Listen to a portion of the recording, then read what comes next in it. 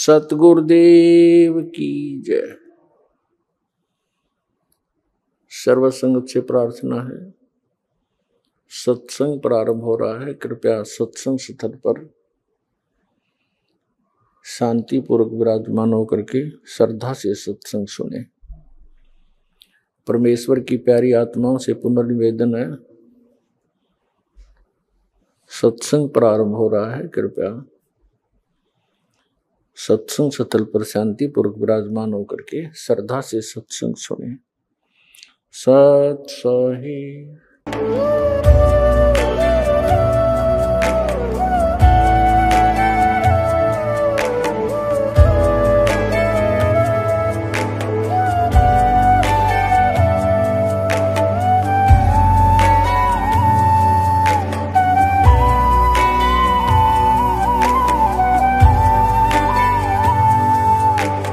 गीता अध्याय 15 के श्लोक 16-17 में 3 प्रभु बताए हैं।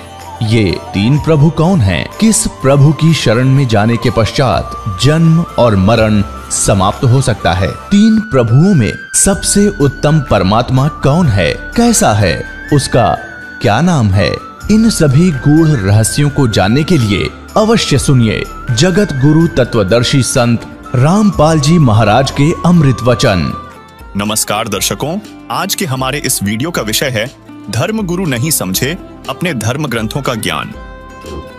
यह आज के दौर में एक अत्यंत महत्वपूर्ण और चिंतनशील विषय है, क्योंकि धर्म गुरु समाज के मार्गदर्शक होते हैं और उनके ज्ञान पर ही हमारी धार्मिक और आध्यात्मिक यात्रा निर्भर करती है। हमारे समाज में धर्म गुरुओं का महत्वपूर्ण स्थान है।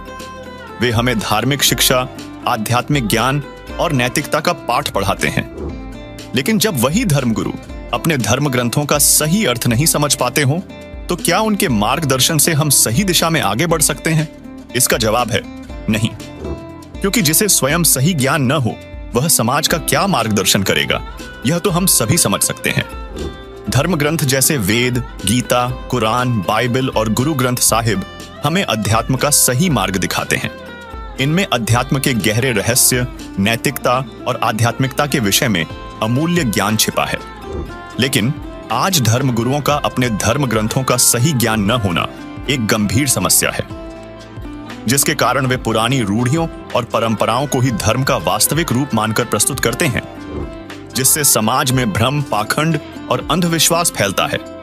इससे मानव जीवन नष्ट हो जाता है, क्योंकि सही मार्गदर्शन के अभाव में लोग अपने जीवन के उद्देश्य को नहीं समझ पाते और अनेक संतों के पास भटकते रहते हैं। लेकिन वर्तमान समय में हमें ऐसे संत की आवश्यकता है जो धर्म ग्रंथों का सही अर्थ समझें और उसे मानव समाज के सामने सही रूप में प्रस्तुत करें। दर्शकों, संत रामपाल जी महाराज एक ऐसे ही पूर्ण संत हैं जो वेद, गीता, कुरान, बाइबल और गुरु ग्रंथ साहिब का सही ज्ञान प्रदान कर रहे हैं। उनके सत्संग और शिक्षाएं हमें सच्चे आध्यात्मिक मार्ग पर चलने के लिए प्रेरित करती हैं। तो आज के इस वीडियो में हम अध्यात्म के कुछ ऐसे ही प्रश्नों के उत्तर जानने वाले हैं जिन्हें जानने की जिज्ञासा अक्सर मानव में बनी रहती है। तो चलिए शुरू करते हैं। सवाल नंबर 1, प्रत्येक धर्म के धर्म गुरु परमात्मा यानी अल्लाह को निराकार अर्थात बेचून बताते हैं। लेकिन परमात्मा साकार है या निराकार? वेदों, कुरान, बाइबल, गुरु ग्रंथ साहिब में परमात्मा के विषय में क्या बताया गया है? यह प्रश्न सदियों से चला आ रहा है कि परमात्मा साकार है या निराकार। और यह सवाल जितना पुराना है, उतनी पुरानी धारणा भी सभी धर्मों में बनी हुई है कि परमात्मा निराकार अर्थात बेचून है। लेकिन सच क्या है, यह तो हमें अपने पवित्र धर्म ग्रंथों को देखने के बाद ही पता चलेगा। तो चलिए अपने धर्म ग्रंथों को देखते हैं कि सच्चाई क्या है। सभी धर्मों को जानने के लिए उनके पवित्र सदग्रंथों को ही आधार मानना चाहिए, ना कि किसी धर्म के व्यक्ति क्या कह रहे हैं और क्या पूजा कर रहे हैं उसको आधार नहीं मानना चाहिए। ना फिर इन पुस्तकों की आवश्यकता क्या थी, जिनको आज तक सिर पे रखे घूम रहे थे कि इनमें सर्वश्रेष्ठ ज्ञान है, तो उस ज्ञान को ही आधार मानेंगे। और इस दास के अतिरिक्त विश्व में आज तक इसको कोई क्लियर नहीं कर सका। सर्वप्रथम जानते हैं ईसाई धर्म की पवित्र पुस्तक बाइबल में परमात्मा का स्वरूप क्या बताया गया है। ये पवित्र बाइबल, संपूर्ण जीवन अध्ययन बाइबल,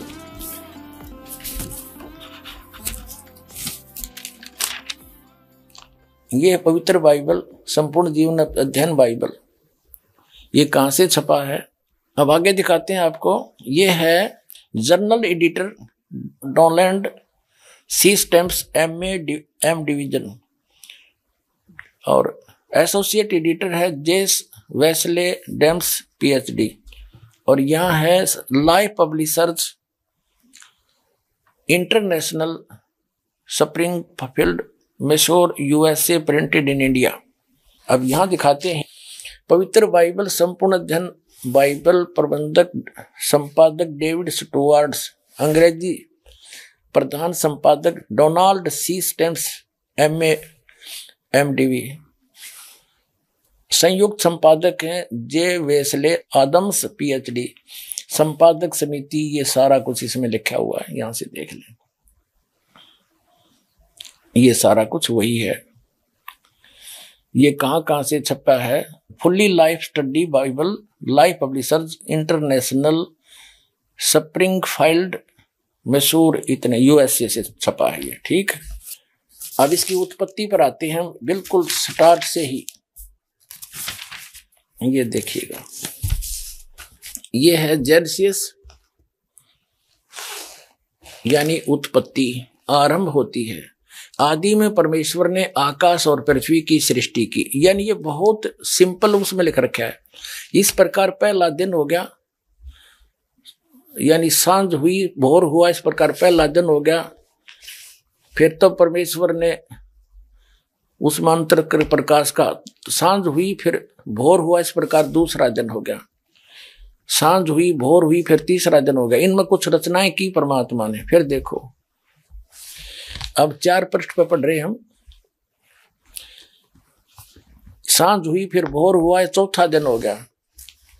अब फिर हम यहाँ आगे 5 पृष्ठ पे जिन उत्पत्ति पढ़ रहे हैं, जेनेसिस। ये सांझ हुई फिर भोर हुआ, 5वां दिन हो गया। अब हम 6ठे दिन में आएंगे। फिर परमेश्वर ने कहा, हम मनुष्य को अपने स्वरूप के अनुसार अपनी समानता में बनाए, और वे समुद्र की मछलियों और आकाश के पक्षियों और घरेलू पशुओं और सारी पृथ्वी पर और सब रेंगने वाले जंतुओं पर जो पृथ्वी पर रेंगते अधिकार रखे। यानी उनसे समझदार हो, खावा नहीं उनको देश कार्य कोई गलत लगा बैठे। फिर कहते, तब परमेश्वर ने मनुष्य को अपने स्वरूप के अनुसार उत्पन्न किया। अपने स्वरूप के अनुसार परमेश्वर ने उसको उत्पन्न किया, नर और नारी करके उसने मनुष्यों की सृष्टि की। तो पुण्यात्माओं, कैसा है भगवान? नर आकार हमारे जैसा।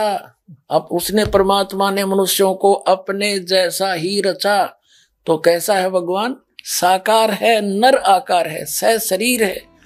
उसका नाम कबीर है। ये आगे सिद्ध करेंगे। अब देखते हैं इस्लाम धर्म की पाक पुस्तक कुरान शरीफ से। अब देखिएगा, पवित्र कुरान शरीफ हमने फिर उठा ली है।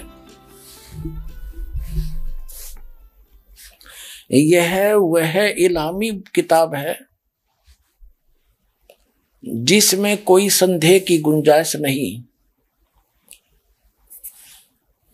शास्त्रीय अरबी पद्धति पर नागरी लिपि में ये कुरान शरीफ कंप्लीट देखें। और ये मुतरजम ये है शास्त्रीय अरबी पद्धति पर नागरी लिपि में। इसका सह अनुवाद सटीपन ये इसकी हिंदी है। रूपांतरकार है नंद कुमार अवस्थी, शेरवाणी संस्करण। यहां देखते हैं, जालिकल किताबों लारैब ज सलाफीही जय। यह वह इलामी किताब है जिसमें कोई संदेह की गुंजाइश नहीं। कुरान शरीफ ये अनुवाद टिप्पण शास्त्रीय अरबी पद्धति पर नागरी लिपि में शेरवाणी संस्करण। प्रकाशक हैं लखनऊ किताब घर, मौसम बाग, सीतापुर रोड, लखनऊ। इतने।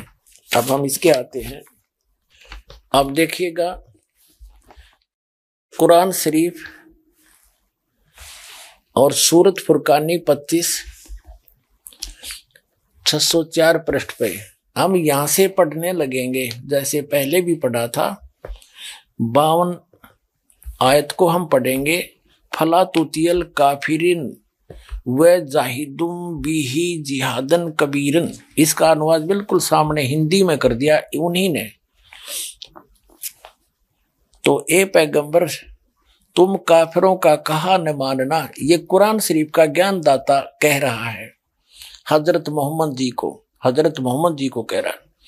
और इस कुरान की दलीलों से उनका सामना बड़े जोर से करो। इन्होंने कबीर का अर्थ बड़ा कर दिया, ठीक है। अब हम आते हैं 607 पृष्ठ पे, सूरत फुरकानी 25 और यहां आ गया है। अब हम 53वीं आयत पढ़ेंगे। और वही है जिसने 2 दरियाओं को मिला चलाया, एक का पानी मीठा प्यास बुझाने वाला और एक का खारी कड़वा, और दोनों में एक आड़ और मजबूत रोक बना दी। और वही है जिसने पानी की बूंद से आदमी को पैदा किया, फिर उसको साहिबे नसब यानी किसी का बेटा या बेटी, और ससुराल वाला यानी किसी का दामाद बहू बनाया। और तुम्हारा परवरदिगार हर चीज करने पर शक्तिमान है।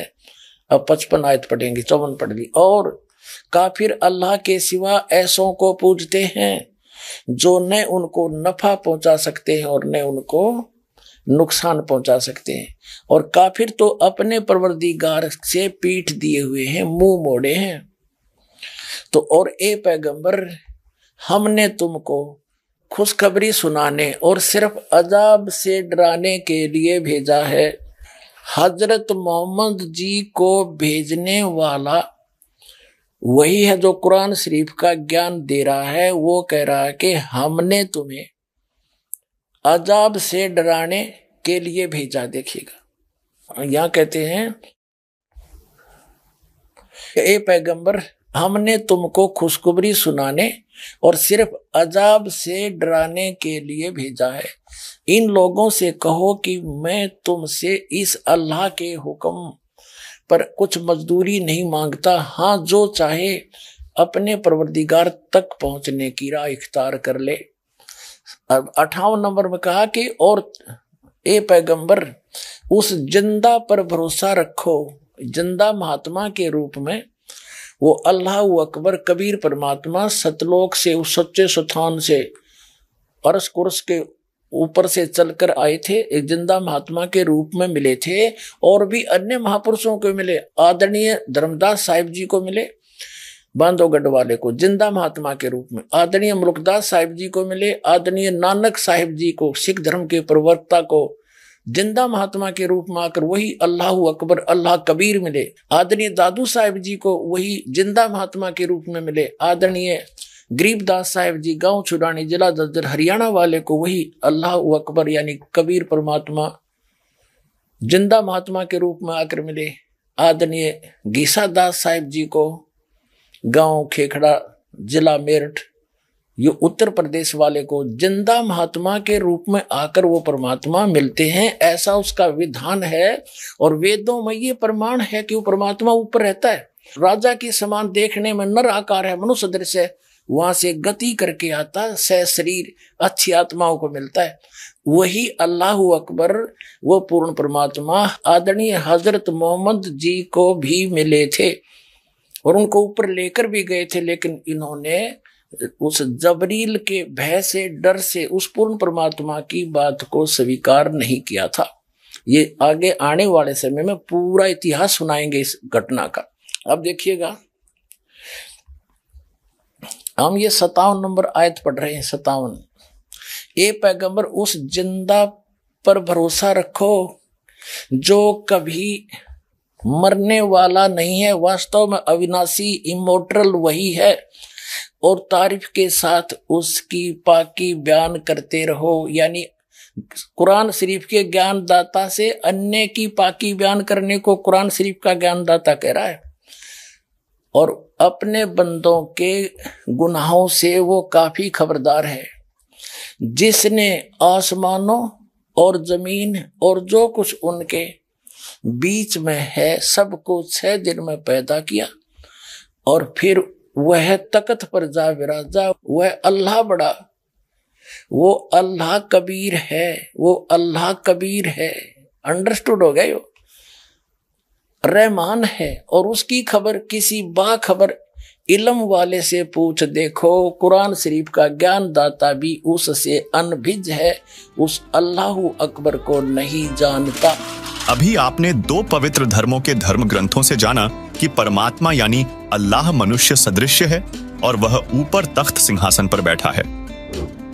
चलिए अब जानते हैं हिंदू धर्म ग्रंथ अर्थात विश्व के सबसे प्राचीनतम ग्रंथ वेदों और सिख धर्म के पवित्र गुरु ग्रंथ साहिब से कि आखिर परमात्मा रब कैसा है। अब देखिएगा, पवित्र वेद दिखाते हैं, पवित्र ऋग्वेद आपको दिखाते हैं। पहले पवित्र ऋग्वेद के अंदर ये है ऋग्वेद मंडल नंबर 9 और 10 इकट्ठे ही हैं, अनुवादित हैं।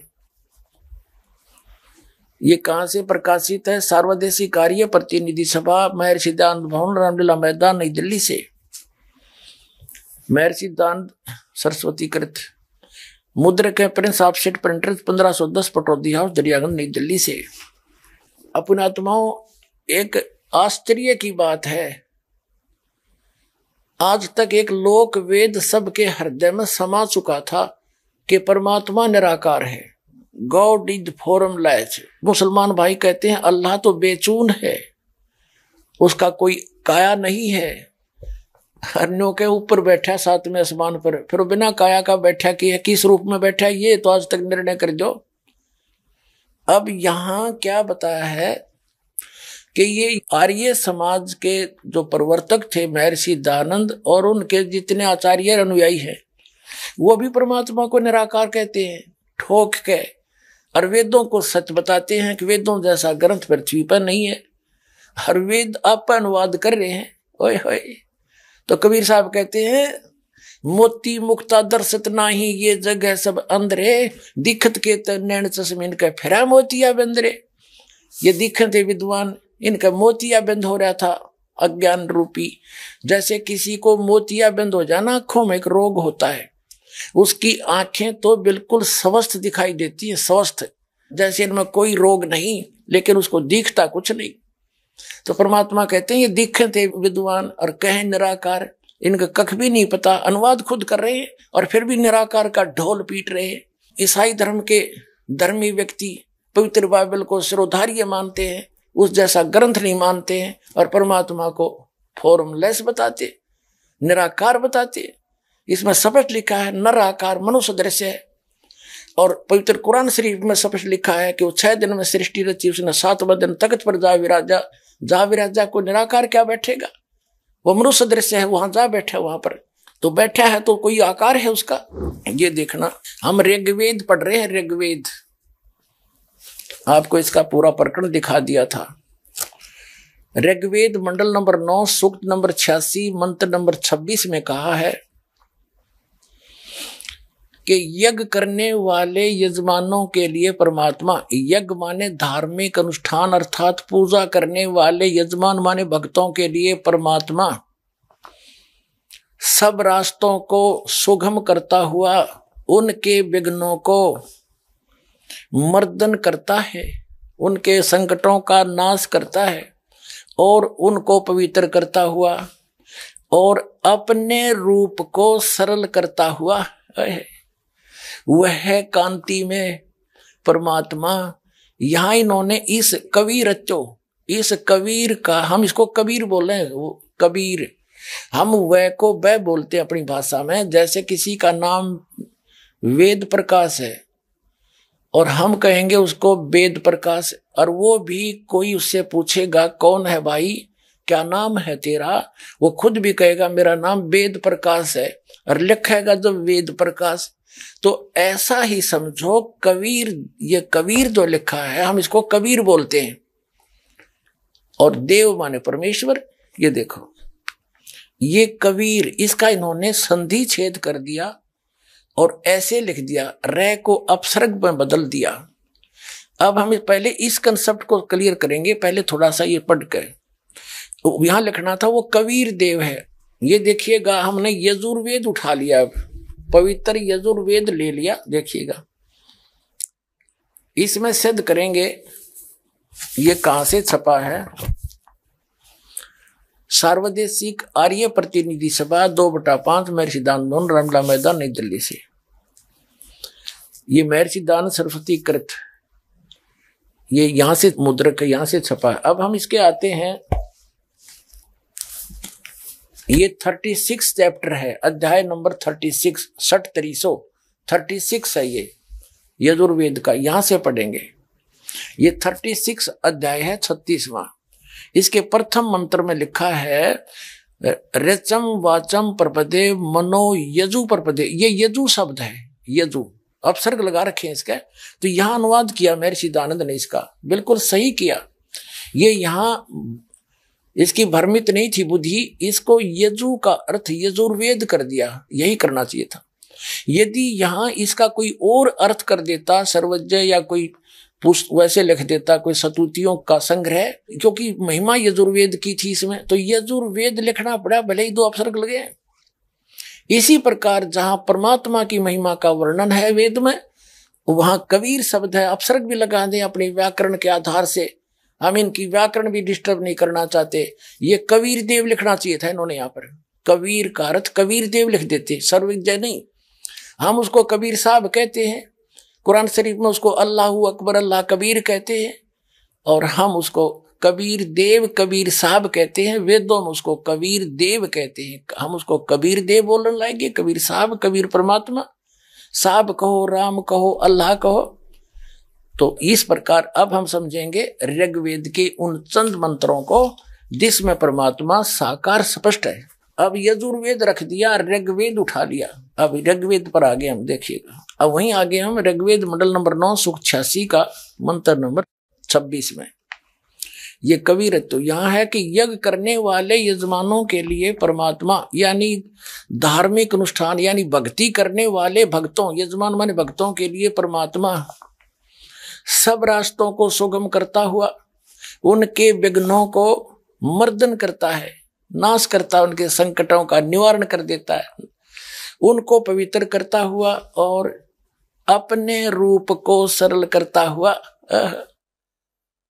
वह कांति में परमात्मा। यहां लिखना था कबीर देव, सर्वज्ञ नहीं करना चाहिए अर्थ। कबीर देव, कबीर देव, कबीर साहब, अल्लाहू अकबर, विद्युत के समान क्रीड़ा करता हुआ वर्णीय पुरुष यानी अच्छी आत्मा को, अच्छे पुरुष को, अच्छे व्यक्ति को, धर्मात्मा को प्राप्त होता है। अपने आत्मा वो परमात्मा ऊपर रहता है ध्रुवलोक के 3रे पृष्ठ पे, और वहां से गति करके आता है बिजली जैसी गति से, यानी इतनी बहुत शीघ्रता से यहां जाता, फ्रिक्शन ऑफ सेकंड के अंदर। और वो कबीर है, वो कबीर देव है, अल्लाहू अकबर है। वो कहाँ रहता है देखो इसी में, ऋग्वेद मंडल नंबर 9 सूक्त 86 का मंत्र 26 आप पढ़ रहे हैं। हम यहां आगे पढ़ते पढ़ते वो कबीर देव विद्युत के समान क्रीड़ा करता हुआ, यानी आकाशीय बिजली की तरह एकदम पूरी स्पीड तय वर्णीय पुरुष को प्राप्त होता। वो कहाँ रहता है 27वें मंत्र में स्पष्ट कर दिया है। जो परमात्मा ध्रुवलोक के 3रे पृष्ठ पर विराजमान है, वो 3रे भाग में रहता है, उस ध्रुवलोक के ऊपर, ध्रुवलोक के। अब और दिखाते हैं आपको, वही ऋग्वेद मंडल नंबर 9 और सूक्त 54 यानी चौवन का मंत्र नंबर 3 देखो नीचे। इसमें स्पष्ट किया है कि सूर्य के समान जगत प्रेरक वह परमात्मा सोम स्वभाव वाला और जगत प्रकाशक है। विश्वानी पुनाने वह सब लोकों को पवित्र करता हुआ भुवनो ऊपरी तिष्ठति, सब भुवनों यानी सभी लोकों के ऊपर, संपूर्ण ब्रह्मांडों के ऊर्ध्व भाग में भी वर्तमान है, वहां पर विराजमान है, बैठा है वो उस भुवनों ऊपर, सभी भुवनों के, सभी संपूर्ण ब्रह्मांडों के ऊर्ध्व माने ऊपर के भाग में, तिष्ठति माने बैठा है, और वहां से चलकर आता है। अब आगे दिखाते हैं। अब ऋग्वेद मंडल नंबर 9 सूक्त 82 में कति कंसेप्ट क्लियर हो जाएगा। ऋग्वेद मंडल नंबर 9 सूक्त 82 और मंत्र नंबर 1 में क्या कहा है? वह है जो सर्वोत्पादक प्रभु यानी सबकी उत्पत्ति करने वाला, 6 दिन में सृष्टि रच के 7वां दिन तख्त पर बैठने वाला, प्रकाश रूप सद्गुणों की वृष्टि करने वाला, पापों का हरण करने वाला, वह राजे, ये संस्कृत है, इसका अर्थ है राजा के समान। राजा के, ये 269 पृष्ठ पे है राजा के, और इधर देखो 270 पृष्ठ पे, 270 पृष्ठ पे राजा के समान दर्शनीय है, देखने में राजा के समान है, तख्त पर विराजमान है, सिर पर मुकुट है उसके, और वह पृथ्वी आदि लोक लोकांतरों के चारों ओर शब्दमान हो रहा है। वह वर्णीय पुरुष को, अच्छी आत्मा को, जो दृढ़ भक्त है उसको पवित्र करता हुआ प्राप्त होता है। कैसे? जिस प्रकार विद्युत सने वाले स्थानों को आधार बनाकर प्राप्त होता है। आगे किस लिए आता है? उद्देश्य क्या होता है आने का? हे परमात्मन, उपदेश करने की इच्छा से, तत्व ज्ञान, यथार्थ ज्ञान बताने की इच्छा से आप महापुरुषों को प्राप्त होते हो, नीचे आकर के गति करके आते हो, और आप अत्यंत गतिशील पदार्थ के समान हमारे आध्यात्मिक यज्ञ को यानी हमारे धार्मिक अनुष्ठानों को प्राप्त होते हैं। आप कबीर देव हैं, आप अल्लाहु अकबर हैं, शुद्ध स्वरूप हैं, आप पाक हैं, पवित्र हैं। हमारे पापों को दूर करके हे अमर परमात्मा सोम आप हमको सुख दे। हो गया सिद्ध।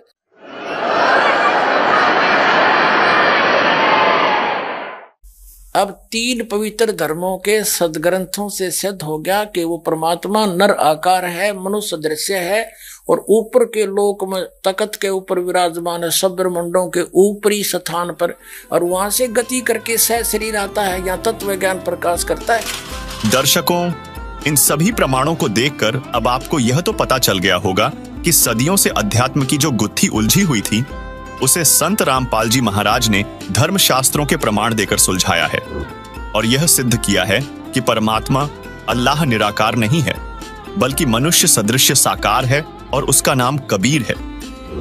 इससे यह भी पता चलता है कि हमारे धर्म गुरुओं को सदग्रंथों का ज्ञान नहीं है, अन्यथा वे परमात्मा को निराकार नहीं बताते। तो चलिए अब हम अपने दूसरे सवाल की ओर बढ़ते हैं। सवाल नंबर 2, इस्लाम और ईसाई धर्म में एक खुदा को माना जाता है, जबकि हिंदू धर्म में 1 से अधिक देवताओं को पूजा जाता है। तो क्या इस्लाम और ईसाई धर्म में अन्य देवता नहीं है? जैसे हमारे देश की संसद में कुल 545 सांसद होते हैं, जबकि सर्वशक्तियुक्त राष्ट्रपति जी होते हैं, इसी तरह 33 करोड़ देवता ब्रह्मा, विष्णु, महेश यहाँ के व्यवस्थापक हैं, जबकि पूर्ण परमात्मा अल्लाहु अकबर इनसे भिन्न है। इसका प्रमाण पवित्र बाइबल में है, जब परमात्मा ने 6 दिन में सर्व सृष्टि को रचकर 7वें दिन विश्राम किया, और इस्लाम, यहूदी और ईसाई धर्म के प्रथम पुरुष बाबा आदम और उसकी पत्नी हव्वा की उत्पत्ति हो गई, तो क्या हुआ? अब पवित्र बाइबल से बहुत सी रहस्य जो है सामने आएंगे। इसमें यह भी आपके समक्ष आएगा कि ये तीनों देवता श्री ब्रह्मा, श्री विष्णु, श्री शिव जी पूरे ब्रह्मांड के संचालक हैं, और पवित्र ईसाई धर्म के इतिहास में भी उनका जिक्र है। भले ही उनका नाम नहीं है, नाम अन्य वो अपनी भाषा में कुछ भी लिख ले। अपने आत्मा परमात्मा ने आदम और हव्वा की उत्पत्ति की, जैसा पवित्र बाइबल में लिखा है, और फिर मनुष्यों की रचना करके सारे जो कुछ भी यहाँ बनाने थे बना के, चांद सितारे पृथ्वी आदि। तो परमात्मा जो सर्व सृष्टि रचनहार है वो तो विश्राम कर लिया, उसने ऊपर तख्त पर चला गया। उसके पश्चात यहाँ इस काल भगवान ने बागडोर संभाल ली, ब्रह्म ने, जो श्री ब्रह्मा, श्री विष्णु, श्री शिव जी के पिताजी हैं। तो इसमें ये प्रमाण दिखाते हैं कि क्या लिखा है कि आदम और हव्वा, आदम व्यक्ति का नाम है और हव्वा उसकी पत्नी है, उन दोनों को इस काल ने अपने पुत्र ब्रह्मा जी को संभाल दिया। अब आगे दिखाते हैं कि परमात्मा साकार है या निराकार। तो उनको दोनों को, आदम और हव्वा को, स्वर्ग में एक वाटिका में रहने के लिए छोड़ दिया और उनसे एक विशेष हिदायत दे दी भगवान ने, यहाँ के भगवान ने, कि तुमने इस वाटिका के अंदर और किसी भी वृक्ष का फल तुम खा सकते हो, लेकिन बीच में लगे हुए पेड़ों के फल को नहीं खाना, क्योंकि तुम खाओगे तो मर जाओगे।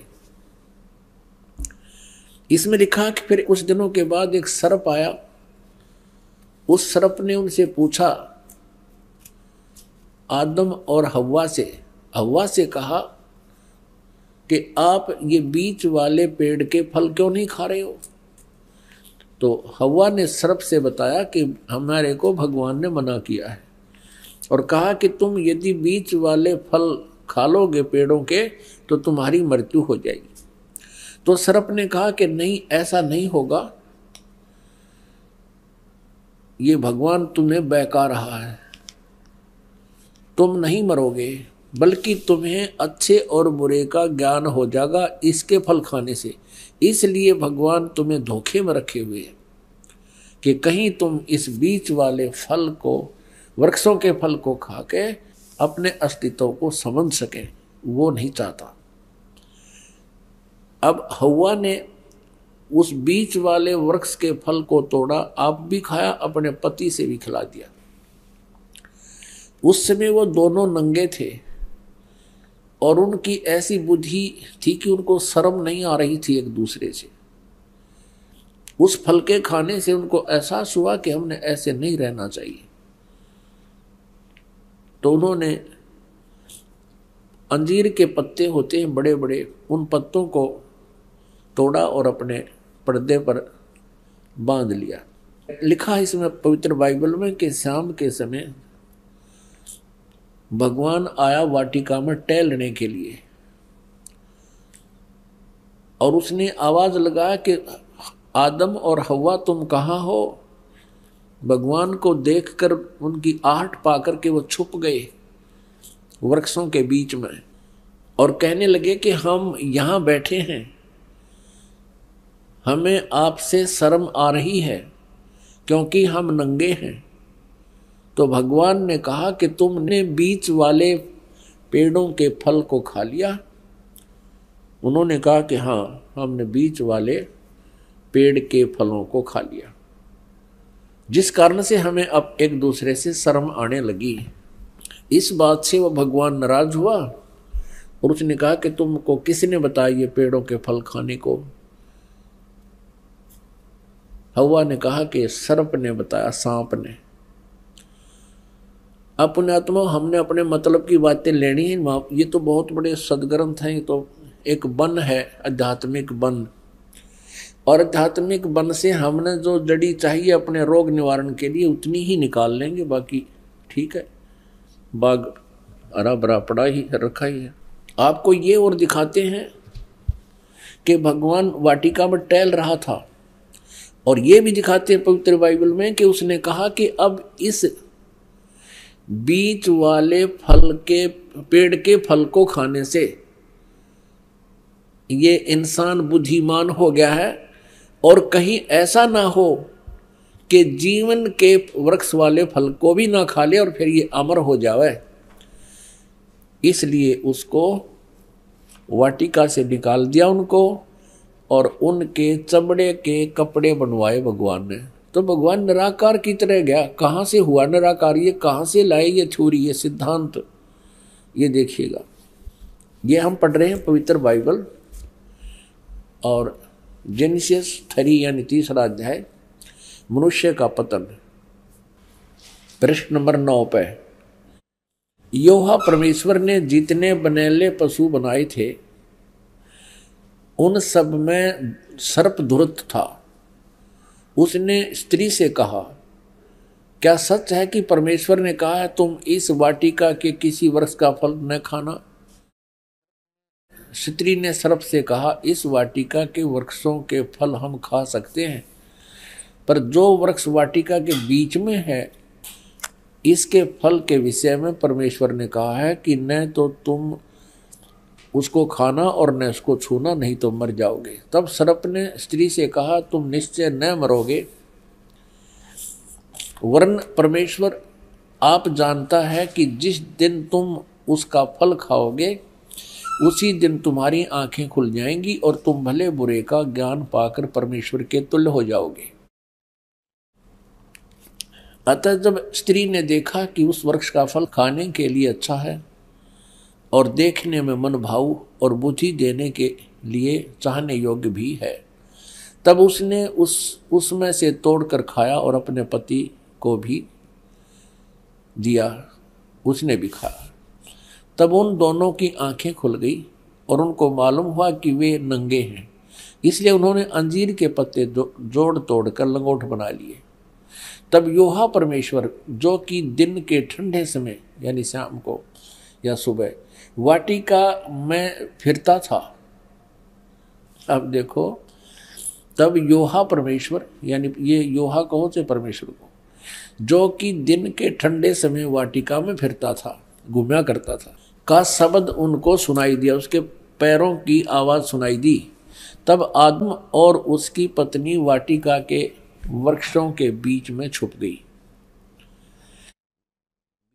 वृक्षों के बीच योहा परमेश्वर से छिप गए। तब योहा परमेश्वर ने पुकार कर आदम से पूछा, तू कहाँ है? जिस भगवान ने न्योय नहीं बेरा आदम किस है, तो बताओ परमात्मा है या नहीं, ये भी शंका होगी हमें।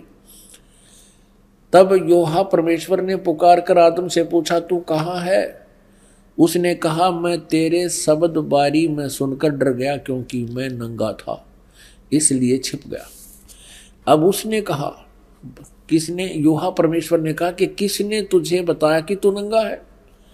जिस वृक्ष का फल खाने को मैंने तुझे मना किया, क्या तूने उसका फल खा लिया? आदम ने कहा, जिस स्त्री को तूने मेरे संग रहने को दिया है उसी ने उस वृक्ष का फल मुझे दिया और मैंने खाया। तब योहा परमेश्वर ने स्त्री से कहा कि तूने यह क्या किया है? स्त्री ने कहा कि सर्प ने मुझे बहका दिया, तब मैंने खाया। प्रश्न नंबर 10 पर आप देखेंगे, उत्पत्ति ग्रंथ अध्याय 3 और 4 आप पढ़ रहे हो, अभी 3 चल रहा है। इसमें क्या लिखा कि आदम ने अपनी पत्नी का नाम हव्वा रखा,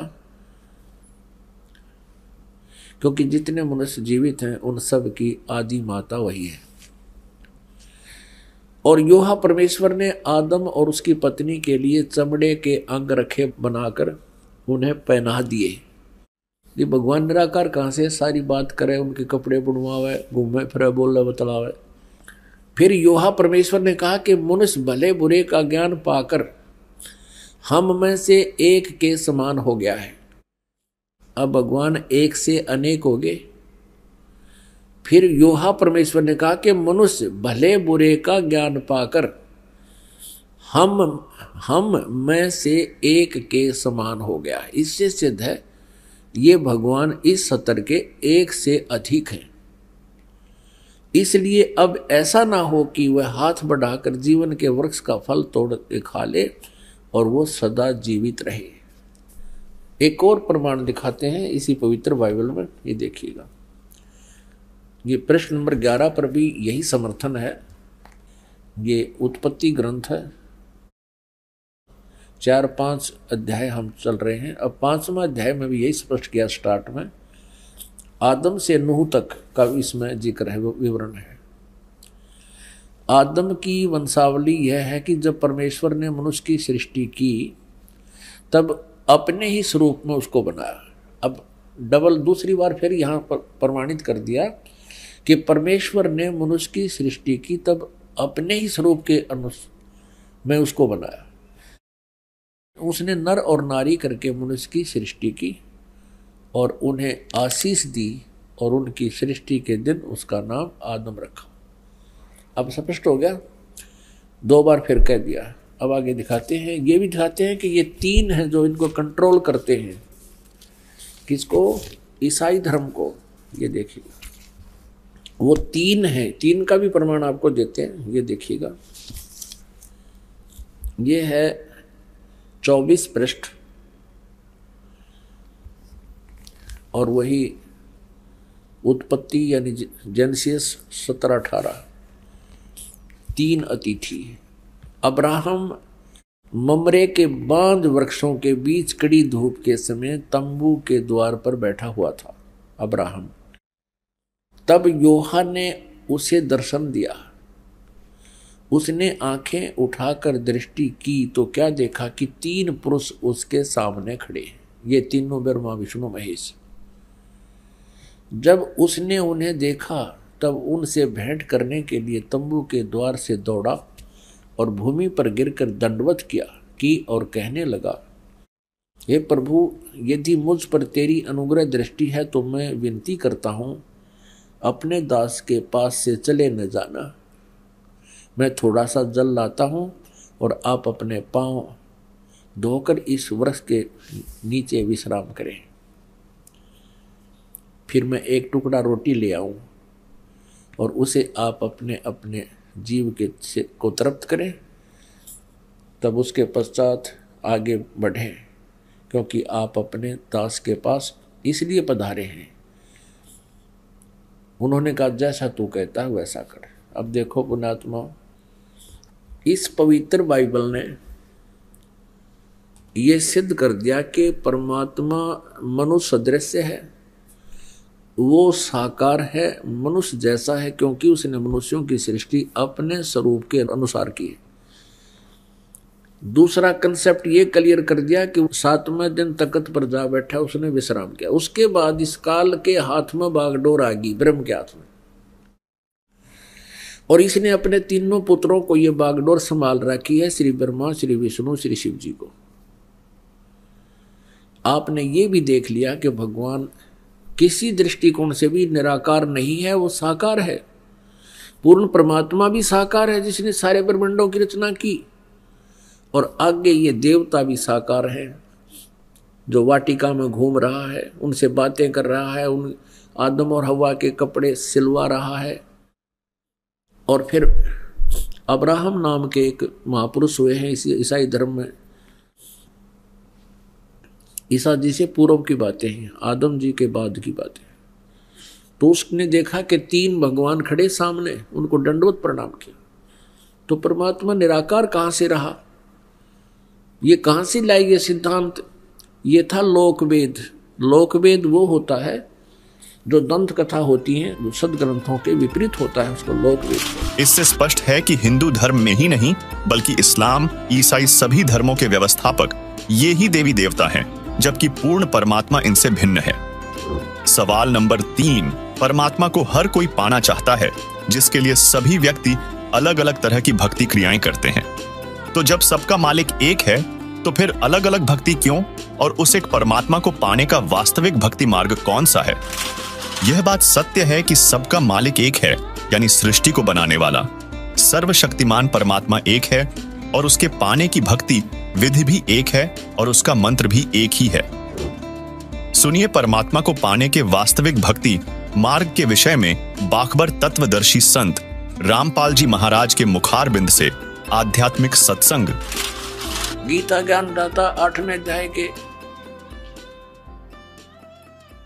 3 श्लोक में कहता कि अर्जुन वो परम अक्षर ब्रह्म है। अर्जुन ने 8वें अध्याय के प्रथम मंत्र में पूछा कि हे भगवान, आपने जो 7वें अध्याय के गीता जी के 29वें श्लोक में जिस तत्ब्रह्म के विषय में कहा है कि उसको जान करके प्राणी फिर केवल यहाँ से जन्म मृत्यु के रोग से छूटने का ही प्रयत्न करता है, जरा माने बुढ़ापा, वृद्धावस्था के कष्ट और मरण माने मृत्यु से ही बचने का, छुटकारे की कोशिश करता है, वही संसार की किसी वस्तु में इच्छा नहीं रखता। तो 8वें अध्याय के प्रथम श्लोक में पूछा कि किम तत्ब्रह्म। गीता ज्ञानदाता ने 8वें अध्याय के 3 श्लोक में कहा वो परम अक्षर ब्रह्म है। फिर 8वें अध्याय के 5 और 7 श्लोक में तो अपने बारे में कह रहा है गीता ज्ञानदाता कि अर्जुन, तो मुझ में मन वाला हो, मेरे पर आश्रित हो जा, मेरी भक्ति कर, और युद्ध भी कर तो मुझे ही प्राप्त होगा। तो इसने अपनी भक्ति करने वाले को कहा है लेकिन मुझे प्राप्त होगा, शांति नहीं हो सकती, युद्ध तो करना पड़ेगा। 8वें अध्याय के 8, 9, 10 में कहा है कि उस परम अक्षर ब्रह्म की साधना करने वाला प्राणी है, उसके पास चला जाता है। 15वें अध्याय के 1 से लेकर 4 में कहा कि तत्वदर्शी संत की पहचान बताई है, और उसके पश्चात तत्वदर्शी संत मिल जावे, सतगुरु मिल जावे, उसके पश्चात परमेश्वर के उस परम पद की खोज करनी चाहिए, जहां जाने के बाद साधक फिर लौटकर कभी संसार में नहीं आते। 18वें अध्याय के 62 में और 66वें श्लोक में कहा कि अर्जुन तू सर्वभाव से उस परमेश्वर की शरण में जा, उस परम अक्षर ब्रह्म की शरण में जा, उसकी कृपा से तो परम शांति को और सनातन परम धाम को प्राप्त होगा। और ऐसे ही 18वें अध्याय के 66वें श्लोक में कहा कि सर्वधर्मान प्रीतज माम, मेरे सतर की जो साधना है, जैसे 8वें अध्याय के 13वें श्लोक में गीता ज्ञानदाता कहता है कि ओम इति एकाक्षरम ब्रह्म व्यवहारण माम अनुस्मरण ये प्रयाति तदन देहम सयाति परमाम गतिम। मुझ ब्रह्म का एक ओम मंत्र है, और ओम से होने वाली जो परम गति है उसको वही प्राप्त कर सकता है जो अंतिम श्वास तक ओम का ही जाप करता हुआ शरीर त्याग कर जाता है। तो उससे कौन सी गति होती है? ब्रह्मलोक प्राप्ति होती है, क्योंकि ब्रह्म का मंत्र ओम है। 8वें अध्याय के 16वें श्लोक में गीता जी में कहा कि अर्जुन ये ब्रह्मलोक पर्यंत सब पुनरावर्ती में है, वहां गए हुए प्राणी भी फिर जन्म मरण के चक्कर में रहते हैं। और उस परम अक्षर ब्रह्म की भक्ति के लिए 17वें अध्याय के 23वें श्लोक में गीता जी में कहा कि ओम तत्सत इति निर्देश ब्रह्मण त्रिविद समर्थ है, ब्राह्मणा तेन वेदा च यगा विहिता पुरा। सच्चिदानंद घन ब्रह्म की के पाने की 3 मंत्र का निर्देश है। ओम तत्सत, ओम ये ब्रह्म का है, तत् ये अक्षर पुरुष का है। गीता जी अध्याय नंबर 15 के श्लोक नंबर 16 और 17 में 3 पुरुष हैं, एक सर पुरुष, एक अक्षर पुरुष, एक परम अक्षर पुरुष। जो परम अक्षर पुरुष है वो सबसे श्रेष्ठ है और वही वास्तव में अविनाशी है। अन्य सर पुरुष और अक्षर पुरुष को नाशवान कहा है, और उसके उनके लोकों में जितने प्राणी हैं वो भी नाशवान है। तो उनकी भक्ति से तो मोक्ष हो ही नहीं सकता। अब श्रीमद् भगवद गीता अध्याय नंबर 17 के श्लोक नंबर 23 में ओम तो ब्रह्म का जाप सर पुरुष का, और तत् ये सांकेतिक है, ये अक्षर पुरुष का, और जो सत शब्द है वो भी सांकेतिक है। इसको सार नाम भी कहते हैं, इसको आदि नाम भी कहते हैं, वो है परम अक्षर ब्रह्म का। तो इन तीनों मंत्रों की मजदूरी से, इन तीनों मंत्रों की साधना से हम भगवान प्राप्त कर सकते हैं, उस मोक्ष सथल प्राप्त कर सकते हैं, वो सुख प्राप्त कर सकते हैं जिसके विषय में वर्णन किया गया है। अब जैसे हम हैंडपंप लगाते हैं तो हैंडपंप में हम बोकी मारते हैं, तो ये बोकी और हैंडपंप ये हमारा उपास्य नहीं है, लेकिन इस तरीके बिना वो उपास्य वस्तु नहीं मिल सकती, वांछित वस्तु नहीं मिल सकती, जल नहीं मिल सकता। तो ये पूजा नहीं कर रहे हम तो वो साधन अपनाया है जिससे वो जल मिल जाए। तो ये जो मंत्र हैं ओमकार, ये दूसरे 2 सांकेतिक हैं, ये कोई हम पूजा नहीं कर रहे, हम उस अपनी वांछित वस्तु के पाने के लिए साधन अपनाए हैं, ये साधनाएं हैं। तो ये साधना है उस परम अक्षर ब्रह्म के पाने की। जैसे सतनाम का 2 अक्षर का मंत्र है, एक ओम एक तत्। जैसे आदरणीय नानक साहिब जी की जन्म साखी के अंदर समुद्र की साखी में ये प्रमाण है उन 2 अक्षर के मंत्र का। दास अभी बोल के नहीं बताएगा। तो इन दोनों मंत्रों का जाप किया जाता श्वास उश्वास से। जैसे हमने जल निकालना, जल, तो उसके लिए हैंडपंप लगाएंगे, तो पहले बोकी मारेंगे, मिट्टी बाहर फेंकेंगे, बोकी मारेंगे, फिर बाहर निकालेंगे और पाइप नीचे छोड़ देंगे। यूं काम है समझो सतनाम का। 2 अक्षर की बोकी चलेगी श्वास उश्वास से। अब ये सतनाम, ये बोकी ने अपना काम कर दिया, जल तक पहुंचा दिया, लेकिन बाहर जल नहीं प्राप्त हुआ। उसके लिए एक और आइटम लगाना पड़ा है, हैंड पंप, ऊपर मशीन बोलते हैं उसको, और फिर उसकी पूजा करनी है, उसको भी ऐसे हिलाना है, प्रैक्टिस करनी है, जब वो जल निकलता है। तो ऐसे ही केवल सतनाम प्राप्ति से भी मोक्ष नहीं, सार नाम नहीं मिलाता है, वो जल मिले नहीं। सार नाम समझो हैंडपंप का ऊपर का वो मशीन है। तो ये मशीन उसी समय लगी हुई सक्सेस होगी जब वो पाइप पूरी जल तक पहुंच चुकी होगी। बीच में अगर कोई कहे हैंड पंप लगा दे, मशीन फिट कर दे, मिस्त्री कभी नहीं करेगा। तो ये दास आपको ये सब व्यवस्था बता रहा है, ये आपने करनी है, मजदूरी करनी है इसकी। और जब सारनाम का समय आएगा, आपकी पाइप पहुंच जाएगी जल तक के आसपास, तो फिर हैंड पंप यानी सारनाम आपको दिया जाएगा।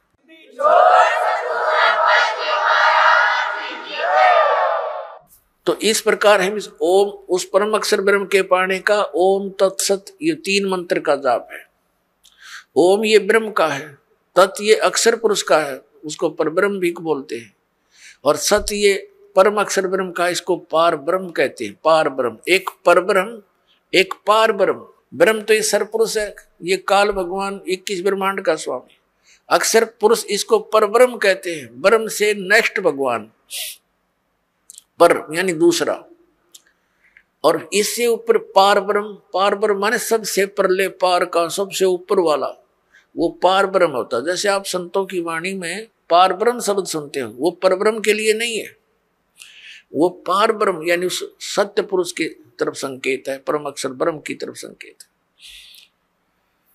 तो जैसे तो उस परमात्मा के पाने का फिर 3 मंत्र का जाप है, ओम तत्सत। तो इस प्रकार हम उस परमात्मा को पाएंगे। कैसे पाएंगे? गीता जी अध्याय नंबर 18 के श्लोक नंबर 66 में कहा है, इस गीता ज्ञानदाता ब्रह्म ने सर्वधर्मान परित्यज माम एकम शरणम व्रज अहम तवा सर्व पापेभ्यो मोक्षामि मा शुच। ये क्या कहता है कि मेरे सत्र की जितनी पूजाएं हैं वो मुझ में छोड़ दे, मुझे दे दे मेरे सत्र का जो तूने मजदूरी करी है, फिर मैं तुझे यहां से जाने दूंगा नहीं, तू मेरा बंधक मजदूर है, और मेरा कर्ज उतार दे। फिर तू उसकी शरण में जा। एकम माने जिसके बराबर दूसरा ना हो, अद्वितीय, जिसके समान दूसरा कोई शक्तिशाली भगवान ना हो, उस एकम शरणम व्रज, उसकी शरण में जा। हरिन अज्ञानी हमारे धर्म गुरुओं ने अनुवाद करता है, ऋषि मंडलेश्वर ने अनर्थ कर रखे गीता जी में, अनुत्तम मान्यता थी, उत्तम बता रहे हैं। ये देखिए ने व्याकरण बदल डाली अपनी अज्ञानता के कारण। और व्रज माने जाना होता है, ये आना बोलते हैं, आना लिखा हुआ अनुवाद कर रखा है। इंग्लिश का वर्ड है गो, और गो माने जाना होता, आना तो हो ही नहीं सकता। ये तो मूर्ख है, अगर कोई उस सेंटेंस को ना समझकर उसका अर्थ आना कर रहा है तो वो बिल्कुल अज्ञानी व्यक्ति है, वो आशय को समझा नहीं, उस प्रकरण के आशय से वो परिचित नहीं है। अब ये जैसे गीता जी अध्याय नंबर 2 के श्लोक नंबर 7 में अर्जुन स्वयं स्वीकार रहा कि मैं आपकी शरण हूं, आप मेरे गुरु हो, मेरी बुद्धि काम नहीं करती, मुझे निर्णायक ज्ञान दो, मैं आपकी शरण हूं। अब यहाँ फिर नो कहो है कि मेरी शरण में आ जाओ, उसकी शरण तो पहले कह रहा है मैं तो तेरी शरण खड़ा हूं, और सब धर्मों के कर्मों को मुझ में छोड़कर मेरी ये शरण में आ जा। अकल देखो इनकी, इन्हें बहुत सी जगह ऐसे अनर्थ कर रखे जहां ये समझ नहीं सके।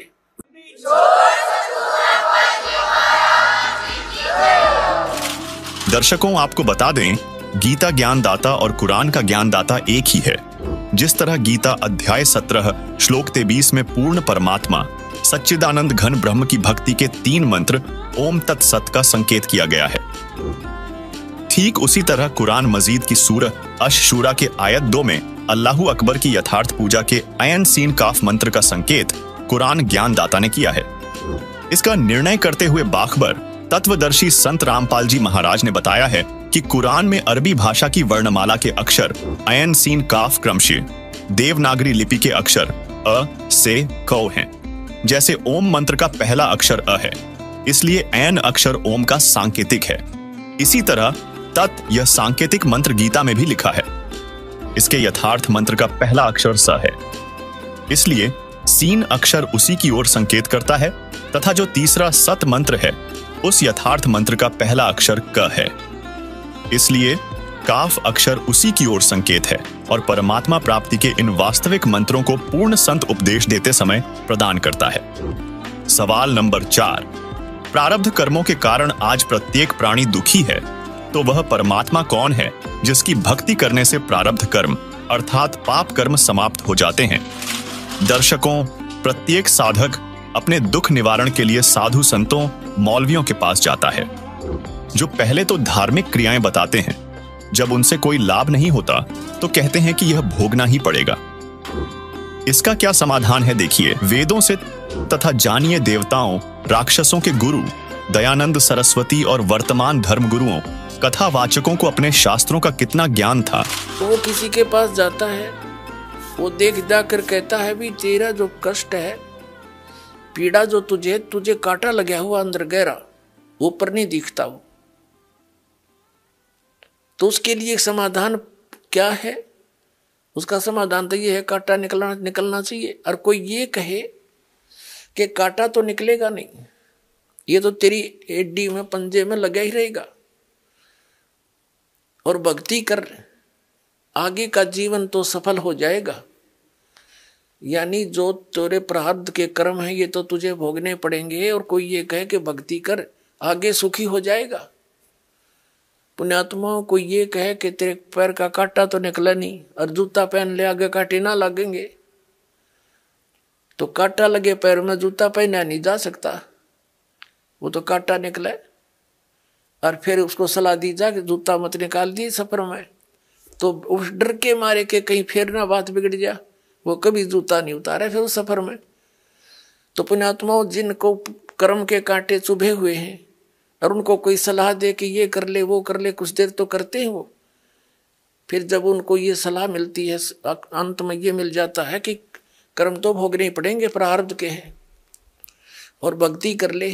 खाक भक्ति करेगा वो, कर ली भक्ति उसने तो फिर वो उस कांटे पर ध्यान रहेगा, पहन सकता जूता उसको। तो कहने का भाव ये है कि हमारे सदग्रंथ जो हमें बताना चाहते हैं वो हमारे धर्मगुरु परिचित नहीं थे।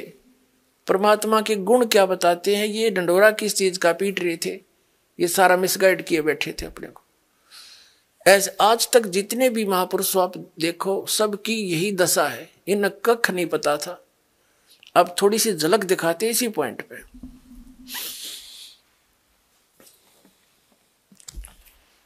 ये देखिएगा, ये देवी पुराण है।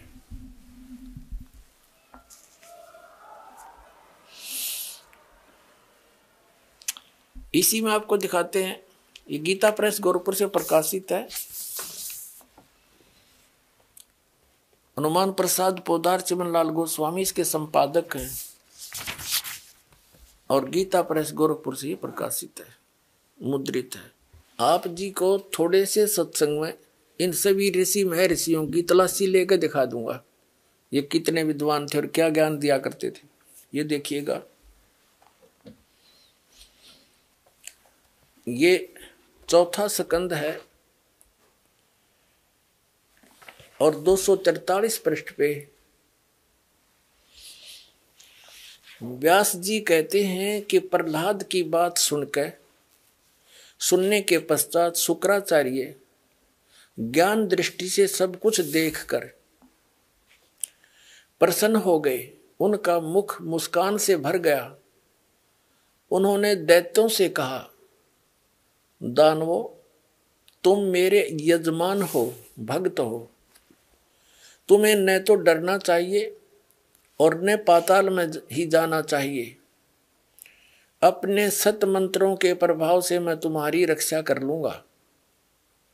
धर्म के मर्मज महाशो, प्राचीन समय में ब्रह्मा जी के मुख से मैंने जो बात सुनी है उसे बता रहा हूं, सुनो। यह वचन बड़ा ही हितकर है, सत्य और अटल है। उन्होंने कहा था कि होने वाली बातें अवश्य होकर रहती हैं। धरातल पर कोई भी ऐसा सुयोग्य पुरुष नहीं है जो प्रारब्ध को विफल बनाने में समर्थ हो सके। विपरीत समय के कारण इस समय तुम्हारी शक्ति अक्षीण हो गई है, अतः एक बार तो तुम्हें देवताओं से परास्त होकर पाताल में जाना ही पड़ेगा। समय सदा बदलता रहता है, कुछ ही दिन पूर्व तुम सम्राट रह चुके हो। पुण्यात्मा, इनकी देखिए दोगली बात कैसी है। अब जैसे इन दैत्यों के गुरु शुक्राचार्य माने जाते हैं। अपनात्मा हम प्रहलाद जी को एक परम भक्त मानते हैं,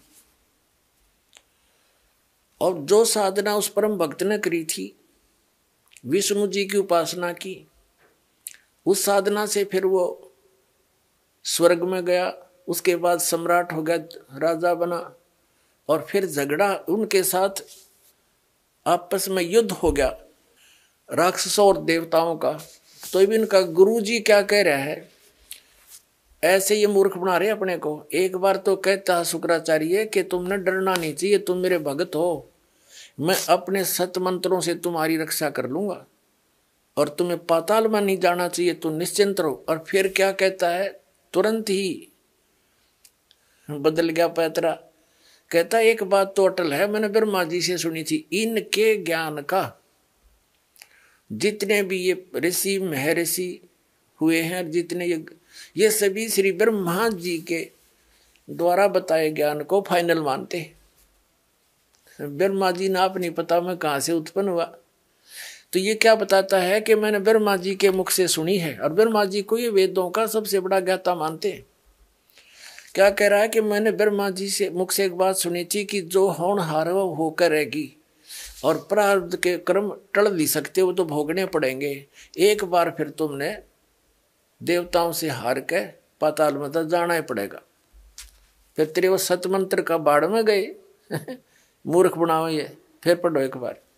अब ये चौथा स्कंद पढ़ रहे हैं हम श्री देवी पुराण का। व्यास जी बता रहे हैं, लेखक जो पुराणों के लेखक हैं, प्रहलाद की बात सुनने के पश्चात शुक्राचार्य ज्ञान दृष्टि से सब कुछ देखकर प्रसन्न हो गए। उनका मुख मुस्कान से भर गया। उन्होंने दैत्यों से कहा, दानों तुम मेरे यजमान हो, तुम्हें न तो डरना चाहिए और न पाताल में जाना चाहिए। मैं अपने सतमंत्रों से प्रभाव से तुम्हारी रक्षा कर लूंगा।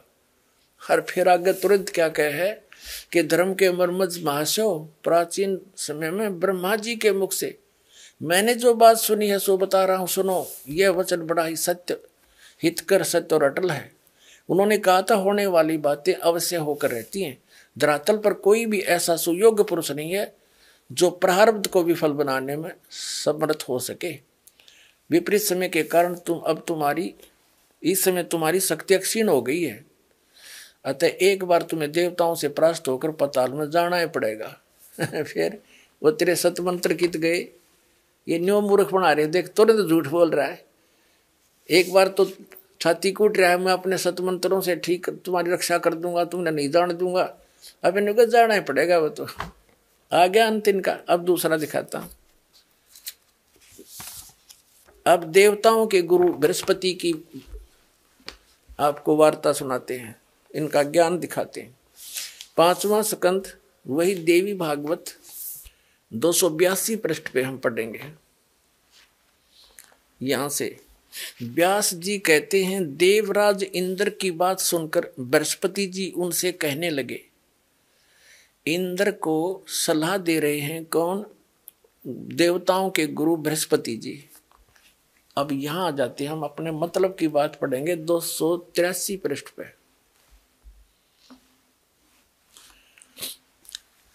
प्रारब्ध कर्म का अभाव बिना भोगे नहीं हो सकता, यह स्पष्ट है। आर्य, संपूर्ण देवता तुम्हारे सहायक हैं, तुम स्वयं भी बुद्धिमान हो, फिर भी जो होनी है वह होकर ही रहेगी, तुम उसे टाल नहीं सकते। ऐसी स्थिति में सुख और दुख की चिंता में नहीं पड़ना चाहिए। महाभाग, सुख और दुख ये दोनों कर्म से पुण्य एवं पाप के अक्षय के सूचक हैं। अतएव विद्वान पुरुषों को चाहिए कि सुख के अभाव में भी सर्वथा आनंद का ही अनुभव करें। अतएव महाराज इस अवसर पर सुयोग्य मंत्रियों से परामर्श लेकर विधि पूर्वक यत्न करने में कटिबद्ध हो जाओ। यत्न करने पर भी जो होनहार होगा वो तो सामने आएगा ही आएगा। अब आगे इसकी देवताओं के गुरु बृहस्पति जी का भी यही नियम है, यही विधान बता रहा है कि जो प्रारब्ध में लिखा हो तो भोगना ही पड़ेगा और इसको टाला नहीं जा सकता। फिर दूसरा विधान क्या बताता है कि दुख में भी सुख का अनुभव करना चाहिए। फिर पढ़िए, ये कहे कि प्रारब्ध कर्मों का अभाव बिना भोगे नहीं हो सकता, ये स्पष्ट है, फाइनल हो गया। फिर क्या कहते हैं कि ऐसी स्थिति में तुम दुख की चिंता में नहीं पड़ना चाहिए। और कहते सुख और ये दुख, ये दोनों कर्म से पुण्य और पाप के अक्षय के सूचक हैं। विद्वान पुरुषों को चाहिए कि सुख के अभाव में भी सर्वथा आनंद का ही अनुभव करें। पुण्यात्माओं, इनकी बेवकूफ बातों को सुनकर दास न दुख हो है। और ये मैं ऋषि कब आगे एक तरफ तो कह रहा है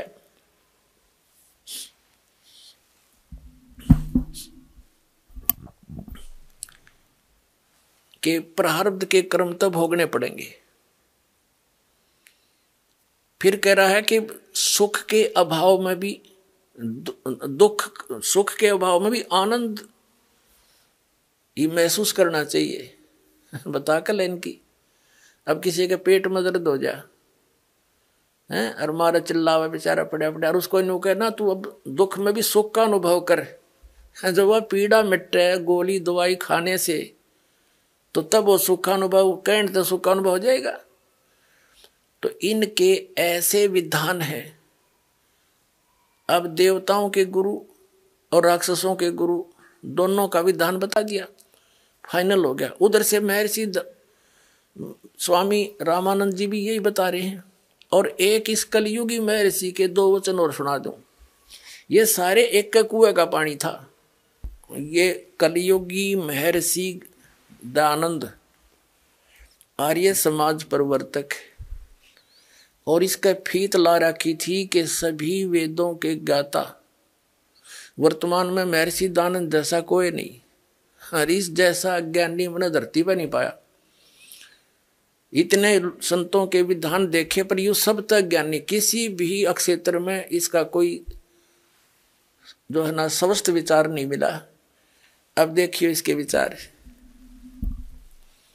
ये सत्यार्थ प्रकाश है इनका पूरे जीवन का अनुभव, जैसा इन्होंने परमात्मा को जाना। अब देखो पुण्यात्मा, इनका इस पोज ने देख के आदमी कटका मर जा। अब बड़ा महापुरुष, इसने तो भगवान तो जमा समाधि लाए बैठा होगा।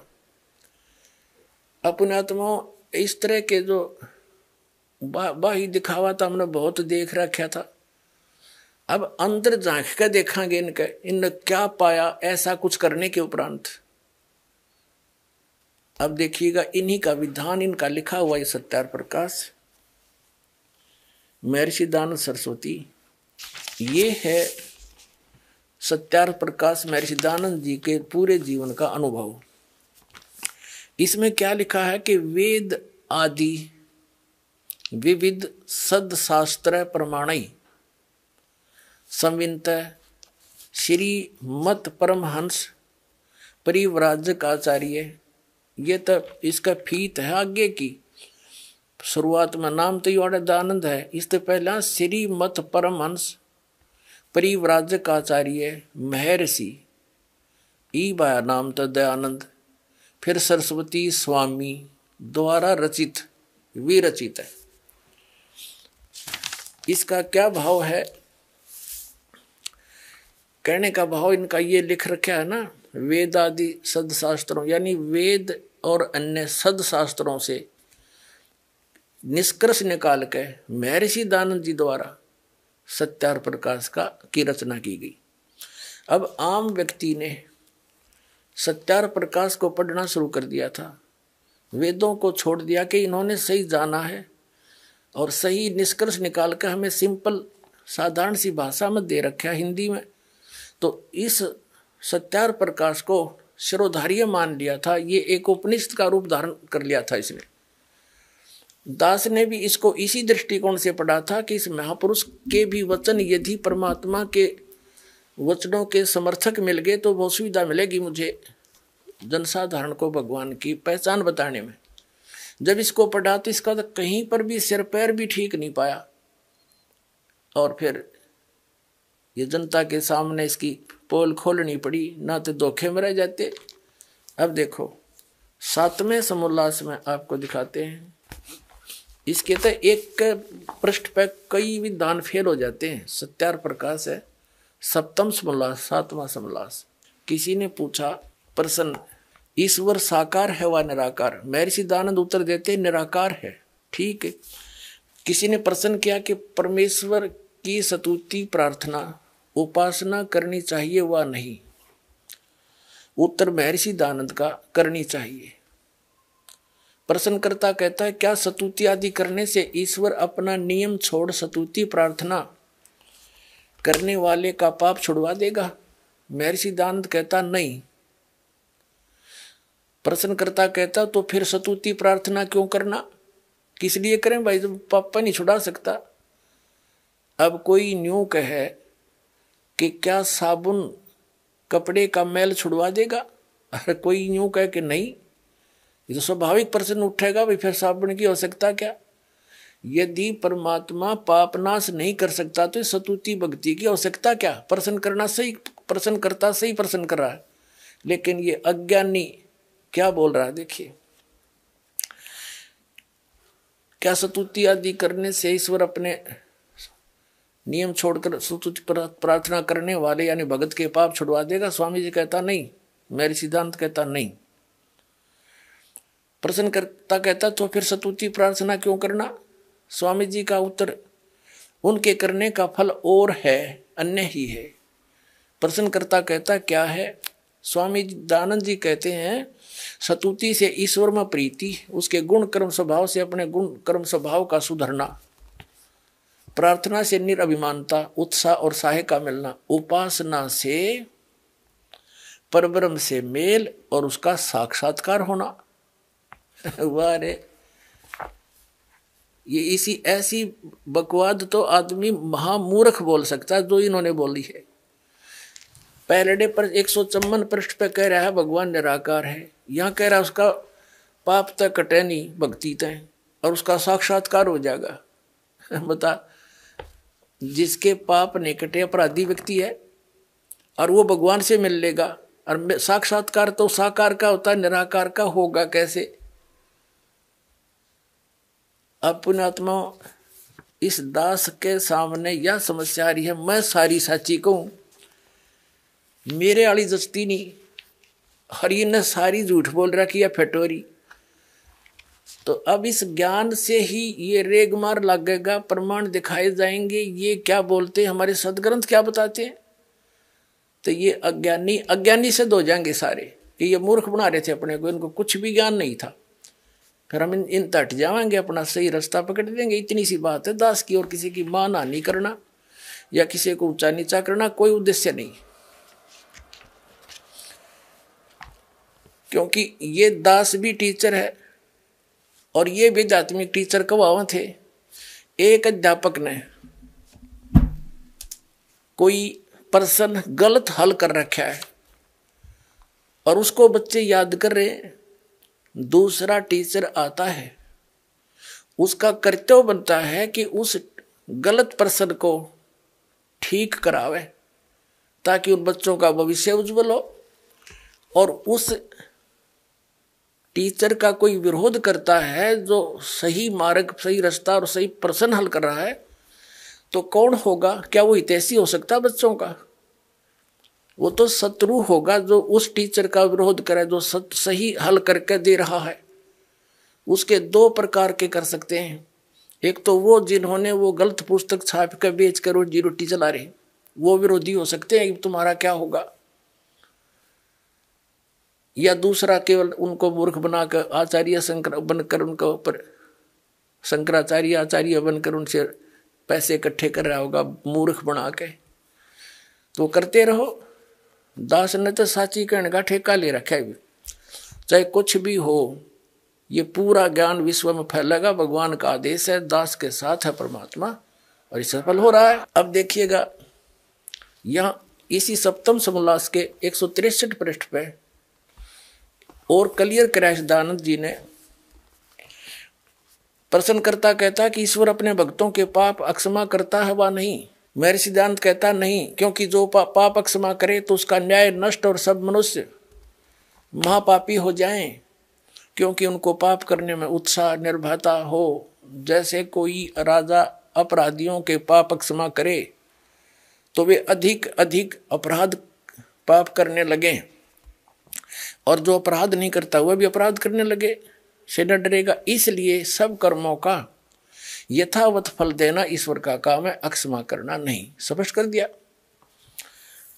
पुण्यात्माओं, पहले तो इसके इस विधान को फेल करते हैं कि राजा यदि पाप माफ कर दे अपराध तो दूने अपराधी हो जाए। जैसे एक बार पंजाब राज्य में नौजवान बच्चे किसी से भ्रमित होकर के और एक मिसगाइड हो गए थे, उग्रवाद फैल गया था।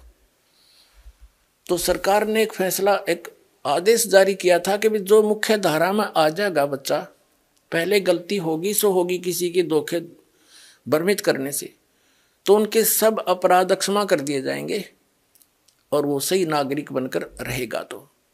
तो सभी के सभी आकर के उन्हें समर्पण कर दिया। सरकार ने ऐसा ही किया, जो गलती बन गई थी बच्चों से माफ कर दी, अब वो नेक नागरिक हो गए। यदि उनको सजा देता दूना और उग्रवाद बढ़ जाता।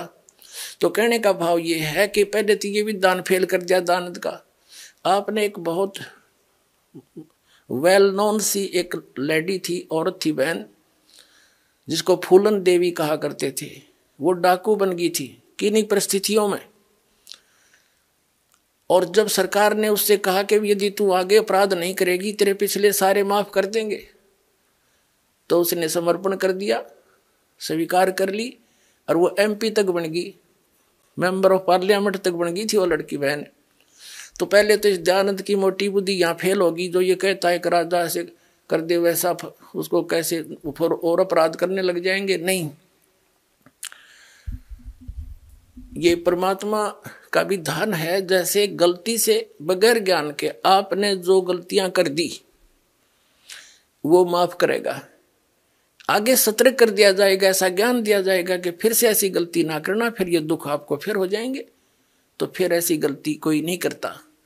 तो ऐसे ही अब दूसरा जो प्रश्न है कि साधक के पाप साधना से भगवान पाप नाश नहीं करता, तो क्या यह बुद्धिमान व्यक्ति बात कर सकता है और कहता है इससे और फल हो जाता है, और अन्य ही फल है। अन्य क्या फल है कि उपासना से परमात्मा का साक्षात्कार हो जाता है, और परमात्मा को निराकार बताते हैं महर्षि सिद्धांत। इसका तो कितना सिर पैर नहीं, किसी भी ज्ञान किसी भी बात का कोई स्टेटस नहीं। अपन आत्माओं, जैसे कोई रोगी है, डॉक्टर के पास जाता जिसने बहुत बड़ा बोर्ड लगा रखा है, और उससे कहे कोई कि भाई क्या औषधि खाने से रोग नाश हो जाएगा, और वो डॉक्टर ये कहे कि भी औषधि खाने से रोग तो समान ही हो सकता, तो स्वाभाविक व्यक्ति पूछेगा फिर औषधि खाने का फायदा क्या। और वो ये कहे डॉक्टर पद पर की फीत लाया हुआ व्यक्ति कि औषधि खाने से अन्य लाभ हो जाएगा। प्रश्नकर्ता कहेगा भाई अन्य क्या लाभ होगा, कि पहलवान बन जाएगा। किसी का TB हो रही हो है, वो पहलवान बनेगा रोग से, वो रोग कटे जब आप पहलवान हो जाएगा वो। तो इन बुद्धिहीन लोगों की ये थ्योरी थी, ये विधान था इनका। ये तो है अपना अनुभव, और ना ये कहते हैं वेदों में ऐसा ही लिखा है, मैंने वेदों अनुसार इसका संरचना की है। अब वेद क्या बताते हैं वो दिखाते हैं। ये देखिएगा यजुर्वेद, इसके अनुवाद करता भी कमाल की बात है महर्षि सिद्धानंद ही हैं।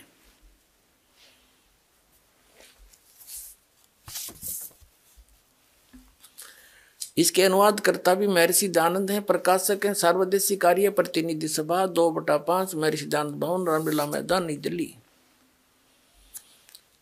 40 अध्याय है इस यजुर्वेद के सारे संपूर्ण 40 अध्याय का अनुवाद महर्षि सिद्धानंद सरस्वती ने किया है। मुद्रक है Prince offset printers 1510 Pataudi house Daryaganj नई दिल्ली से। अध्याय नंबर 8 का श्लोक नंबर 13 दिखाते हैं आपको।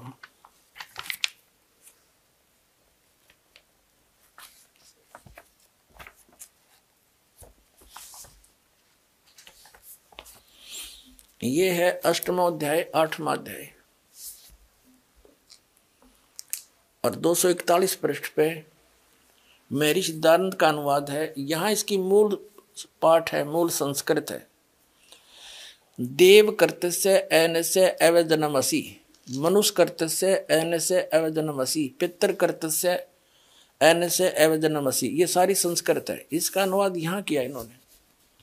ये 241 में हमने पढ़ा, अच्छी तरह देख लो, कोई नहीं सोचा दूसरा प्रश्न दिखा गया होगा। ये 242 पे यहाँ इसने क्या कहा है कि हे सबके उपकार करने वाले मित्र आप, दान देने वाले के एनस्य शब्द देखो हम, क्योंकि देवनागरी लिपि हम आसानी से पढ़ सकते। एनस्य माने अपराध, एनस्य माने अपराध कहो, पाप कहो। एनस्य माने ये स्वयं पाप भी लिख रहा है, अपराध कहो चाहे पाप कहो। अपराध के विनाश करने वाले हो, साधारण मनुष्यों के किए हुए। एनस्य माने अपराध के विनाश करने वाले हो। विनाश कहो, अक्षमा कहो, नाश कहो। अब यहां इसने थोड़ी सी हेराफेरी कर दी, मित्र लिख दिया।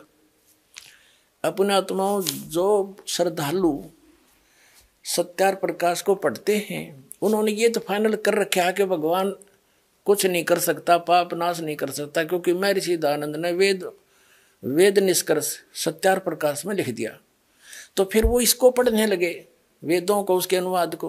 उन्होंने देखा है तो मित्र के बारे में लिख रखा है, किसी ने जानने नहीं दिया। जो यहाँ तो पाप नाश का लिखा है। अब पाप मित्र, दान करने वाले के पाप के नाश करेगा बता, तो भगवान ने का जिक्र है। तो इसने इसका भी समाधान कर रखा, दयानंद जी ने दिखाते हैं। अब हम सत्यार्थ प्रकाश को पुनः उठाते हैं। इसमें से मित्र शब्द के बारे में इन्होंने क्या कहा है वो दिखाते हैं। ये प्रथम समोल्लास में इसने भगवान के नामों का उल्लेख किया है। 18 पृष्ठ पे क्या कहा है, इसमें इसने कहा है कि हे जो सबसे स्नेह करे, सबको प्रीति करने योग्य है, वह परमेश्वर सबका सच्चा मित्र है। इससे परमेश्वर का नाम मित्र है। अब ये सिद्ध हो गया कि जहां इसने वेदों में मित्र शब्द प्रयोग किया है वो परमेश्वर का बोध है। पुण्यात्माओं, जो एक क्रोथा कांड हुआ है, ये इसी का परिणाम था कि इनकी पोल खोल दी और दयानंद की जो वो महर्षि वाला जो फीत थी वह उतार के धर दी दास ने। पुण्यात्माओं, एक थोड़ी सी कथा सुनाता हूँ यहाँ पर। पहले ये कंसेप्ट क्लियर कर दूं फिर सुनाऊंगा। अब ये तो एक बार ना, ये क्रोथा कांड जो कारण हुआ था, इस दास ने जब सत्यार प्रकाश को पढ़ा, देखा, वेदों से मेल किया, ये सारा फेल पाया। वेद परमात्मा को साकार बताओ, मनुष्य दृश्य बताओ, भगवान को अयो निराकार बतावे। वेद एक देशीय बताओ कि एक स्थान पर रहता, यूं नो कहे कि एक स्थान पर भगवान रहता ही नहीं। तो वेदों को समझा कहाँ से इसने, अज्ञानी ने। और महर्षि कौन सी साइड तो हो गया यो। बड़ा दुख हुआ। समाचार पत्रों में लेख लिखने शुरू किए क्रोथा आश्रम से। वो इनको पता लगा, इनके अनुयायी कहने लगे देखो ये क्या लिख रहा है। उन्होंने सब मेल किया तो उन्होंने प्रति उत्तर दिया कि रामपाल को संस्कृत नहीं आती और ये झूठ बोल रहा है, ये दयानंद के गूढ़ रहस्यों को समझ नहीं रहा। जिस यजुर्वेद अध्याय नंबर 8 के श्लोक मंत्र 13 के विषय में वो कह रहा है रामपाल, उसमें मित्र शब्द लिखा है स्वामी जी ने। भगवान के विषय में नहीं लिखा कि भगवान पाप नाश कर देता है। फिर दास ने फोटो स्टेट करके भेजी और साथ में ये लिखा कि महर्षि दयानंद खुद मित्र, सत्यार प्रकाश के प्रथम समोल्लास में भगवानों के नामों में से एक मित्र भी कहता है। तो यहाँ मित्र का अर्थ परमेश्वर ही होता है। अब बुद्धिमान लोग तो समझ गए सचमुच मित्र के पाप नाश करेगा बता, भगवान ने कराया करे। तो कारण ये था कि उन्होंने सच्चाई को दबाने के लिए, और कहीं उसके उनके अनुयायियों को भी सच्चाई का पता ना लग जाए, तो इन आचार्यों को, दयानंद वाले इस आर्य समाज के आचार्यों को चंदा मिलना बंद ना हो जाए, इनके सत्यार प्रकाश वेद बिकने बंद ना हो जाए, इसलिए मिसगाइड करने के लिए, जनता का ध्यान पलटने के लिए करोथा कांड करवा दिया। क्योंकि दुर्भाग्य इस मुख्यमंत्री का, जो उसी समय जो आर्य समाजी है, हरियाणा का मुख्यमंत्री श्री भूपेंद्र सिंह, ये मुख्यमंत्री बन गया, इनका दाव लग गया, इसके कर्म बिगड़वा दिए, झूठ नरी बोली, जनता को पाप का भागी बना दिया। रामपाल गुंडा है, बुंडा है, वहाँ ये होता है, फलाना होता है। अब रामपाल ने सिद्ध कर दिया वहाँ क्या होता था, परमात्मा ने दया करी, वहाँ पर यही होता था जो आज बरवाला में हो रहा है।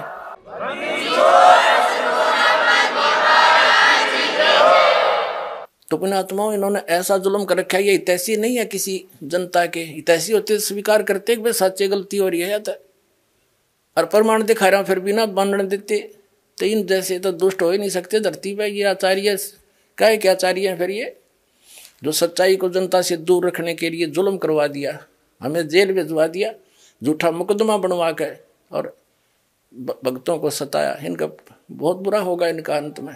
और हम तो आज भी उनके विरोधी नहीं है, क्योंकि दास को पता लग चुका है कि ये काल करवा रहा सारा, सभी उस परमात्मा के बच्चे हैं और वो भी मिसगाइड है। हम उनके हित में ही कह रहे हैं कि वो भी समझे और सच्चाई को स्वीकार कर अपना कल्याण करावें।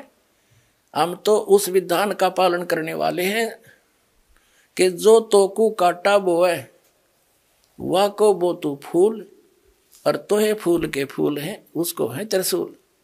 हम उनका आज भी बुरा नहीं सोचेंगे, क्योंकि हमारे भगवान का आदेश है, उनकी करनी उन्हें आप मिलेगी जिसा उन्हें कर रखे। और भगवान के चरणों में आ जाएंगे तो उनका कल्याण उनका भी हो जाएगा, क्योंकि वो सब उसी के बच्चे हैं। इतनी सी बात। अब देखिएगा, अब हम फिर आते हैं यजुर्वेद अध्याय नंबर 8 के श्लोक मंत्र नंबर 13 पर। ये 8वां अध्याय है और ये 13 नंबर मंत्र यहां से स्टार्ट होता है। ये 13वां मंत्र है। देव कर्तस्य एन से अवजन्मसी, मनुष्य कर्तस्य एन से अवजन्मसी, पितृ कर्तस्य एन से अवजन्मसी, आत्म कर्तस्य अनुष्य ओह अवजन्मसी। अब 242-41 पर है ये मूल संस्कृत। अब अनुवाद इनका 242 पर है। अब क्या बताते हैं कि हे सबके उपकार करने वाले मित्र, महर्षि दयानंद का अनुवाद है। यहाँ समझो, हे सबके उपकार करने वाले परमेश्वर आप, उन्हीं के शब्दों में प्रमाणित कर दिया सत्यार प्रकाश में कि जहाँ महर्षि दयानंद ने कहा है कि जहाँ मित्र शब्द है वो परमेश्वर का ही बोधक है, तो यहाँ परमेश्वर शब्द पढ़ेंगे। क्योंकि डॉक्टर की इक्वेशन को, औषधियों के साल्ट को डॉक्टर समझ सकता है कि इन्होंने कौन से कहाँ क्या संकेत किया है। जन साधारण समझ जाए, फिर टीचरों की आवश्यकता क्या थी, गुरुओं की। भाई गुरु बिन का हुन पाया ज्ञान, जो थोथा वो छड़े मूड किसाना। गुरु बिन वेद पढ़े जो प्राणी, समझिन सार रहे अज्ञानी। ये सारे अज्ञानी थे और वेद क्या बता रहे हैं, ये अनुभव क्या लिख गए। अब देखो, अगर ये जरा सी बुद्धि रखता दयानंद जी, तो सत्यार्थ प्रकाश वेदों का इसने अनुवाद किया खुद करने वाला, तो सत्यार्थ प्रकाश में सेट कर देता। नहीं, इन्होंने केवल लोक वेद को आधार माना, जिस कारण से वेदों को भी अनदेखा कर दिया। अब इसमें स्पष्ट अपने कर कमलों से लिख रहा है कि परमात्मा पाप नहीं काट, परमात्मा घोर पाप भी काट सकता है, वेद ये कहते हैं। और ये सभी ऋषि नकली आपके समझ कर दिया कि प्रारब्ध तो भोगना ही पड़ेगा। और पाप क्या क्यों, प्रारब्ध के तो पाप होते हैं जो दुखदायी होते हैं, जो संचित वो तो रखे उनकी तो बाद में लेखा होगा, देखी जाएगी जब होगा। तो अब प्रारब्ध के वर्तमान के पाप से दुख होता है, और पाप कट गया तो काटा निकला दुख निवारण, पाप कट गया तो दुख सुख हो गया, दुख दूर। हे सबके उपकार करने वाले मित्र हैं आप, यानी परमेश्वर आप, देव करते से दान देने वाले के, अपराध के, विनाश करने वाले हो। अवैधनम माने विनाश, एनस्य माने अपराध के। मनुष्य कर्तस्य, मनुष्य के साधारण मनुष्यों के भी किए हुए अनुष्य अपराध यानी पाप के विनाश करने वाले हो। अवैधनम। पितर कर्तस्य, पिता करे चाहे बेटा करे, कोई भी सत्साधना करे उसी के। एनस्य माने ये पाप ही लिखना था, अपराध के अच्छी प्रकार दूर करने वाले हो, नाश करने वाले हो। आत्म करते से अपने किए हुए, एनस्य माने पाप के, अवैधन माने नाश करने वाले हो, दूर करने वाले को हो चाहे विनाश करने वाले को, इसी की भाषा में वही शब्द है अवैधनम। एनस्य, एनस्य अधर्म के अधर्म यानी घोर पाप के भी आप नाश करने हारे हो। ओए होए, जानता हुआ मैं जो कुछ भी अधर्म आचरण किया करता हूं या करूं, अनजान पड़ने में भी जो कुछ भी किया करता हूं वह करूं, उस सब एन से माने पाप के, ये दुष्टाचरण हटा दिया, पाप के, एन से माने पाप के, एन पाप के नाश करने वाले हो। अवैधन माने दूर करने वाले हो, नाश करने वाले हो, विनाश करने वाले हो। अवैधन माने विनाश। तो यहां इसने ऐसी जगह कुछ अड़ंगा डाल दिया जो आम आदमी समझ नहीं सका। अब इसमें कर दिया कि मैं अनजानपने में कोई करूं या जानबूझ कर करूं कोई गलती, उसको भी आप माफ करने वाले हो अपने आत्माओं। अब वेद, महर्षि दानंद जो है आर्य समाज प्रवर्तक, वेदों को सत्य मानता है कि इसमें जो लिखा है इसके अतिरिक्त मैं मानता नहीं, वेद सत्य है। और इन्होंने इसने पीछे अपना विधान भी लिखा है कि वेद सत्य विद्याओं का पुस्तक है। महर्षि दानंद ने मोहर मार रखी है कि वेद में जो लिखा है वो सत्य विद्या है, सच्चा ज्ञान है।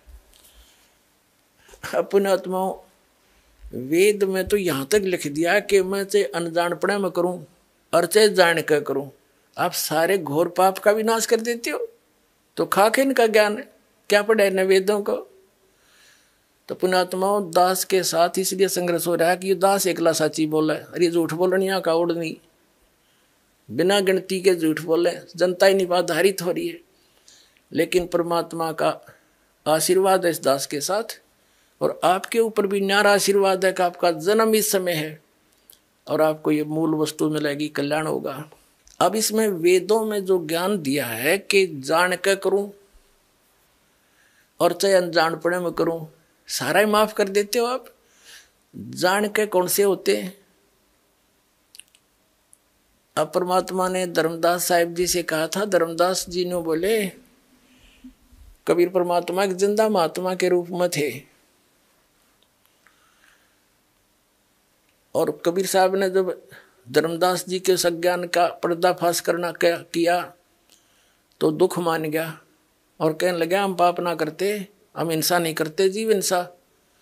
क्योंकि धर्मदास जी ने कबीर परमेश्वर को सोचा था ये मुसलमान है और हमारे देवताओं का जो है विरोध कर रहा है जानबूझ के, लेकिन परमात्मा साची कहे थे। तो तब परमात्मा ने कहा था कि धर्मदास, सत्य ब्राह्मण की है हत्या, जो चौका तुम देवो नेता, ब्राह्मण से हत्या सो होई, जल स्नान करत हो सोई, पृथ्वी ऊपर पग जो धारे, करोड़ जीव एक दिन में मारे। पता फिर इतने पाप तो डेली करने लग रहा है, का जीव हिंसा नहीं करता, जैसे लिपा पोती करते हो, पोचे लगाते हो, इनमें न जाने कितने जीव मरे। खेती करता है किसान, फाली के साथ न जाने कितने जीवों के पेट के अंदर से वो निकालता फाली, यानी वो तीखा हथियार जो फाली बोलते हैं उसको। तो कहने का जैसे अग्नि जलाते हैं इसमें जीव मरे, लकड़ियों में उपलों में पोचा लगाते इनमें जीव मरे। हम चलते फिरते काम के लिए जाते हैं, अपने व्यवसाय के लिए जाते हैं, नौकरी के लिए जाते हैं, मजदूरी के लिए जाते हैं, उनमें जीव मरे। तो ये हमें पता है कि ये हो रही है। जैसे किसान खेती करता है, स्प्रे करने पड़ते हैं उसको मालूम है कि ये मेरे फसल में कीट लगा हुआ है, इसका नाश करना पड़ेगा, ना तो इसको ये खा जाएगा, मैं कंगाल हो जाऊंगा। और जैसे हम रोगी हो जाते हैं तो हमारे अंदर जो हानिकारक कीटाणु बढ़ जाते हैं ब्लड में, उन गोली खाते हैं, उन गोलियों से वो कीटाणु मारे जाते हैं, वो जीव हैं। तो यहाँ वेद का कहने का तात्पर्य ये है कि आपको पता भी है कि ये पाप हो रहे हैं, इनको त्यागा नहीं जा सकता। इच्छा कर मारे नहीं, बिन इच्छा मर जावे, कह कबीरता दास का पाप नहीं लगावे। उसको पाप नहीं लगे, जान के नहीं मारे। जैसे बैठा मकोड़े कीड़ा आ गया, उसके नो मारी ईंट, को बात हुई है। आप चल रहे हो, इच्छा नहीं मारने की, और मर रहे हैं तो वो आपका वश नहीं। कोशिश करें जहाँ तक पैर बचा कर रखा जा रखे। तो दया भाव हो।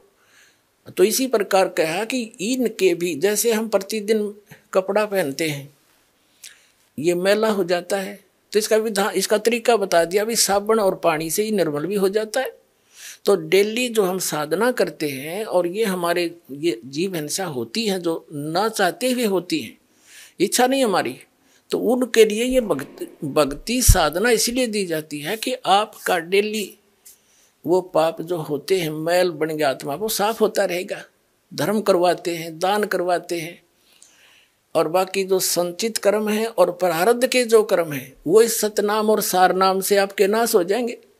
जब ही नाम हृदय धरो, जब ही सतनाम हृदय धरो, भयो पाप को नासे, जैसे चिंगारी अग्नि की भाई पड़े पुराण घासे। परमात्मा कबीर जी कहते हैं मेरे नाम में इतनी शक्ति है कि जब ही ये सतनाम आपको मिलेगा, आपके पाप कर्मों में, प्रारब्ध के कर्मों में और संचित कर्मों में ऐसे आग लगा देगा, जैसे सैकड़ों हजारों टन सूखे घास में एक माचिस की सीख जला के लगा दी जाए, सबको फूंक कर सभा करके राख बना देगा। और फिर चलेगी तेज आंधी, उसको उठा के पता नहीं कहाँ के कहाँ पटक देगा, फील्ड साफ हो जाएगा।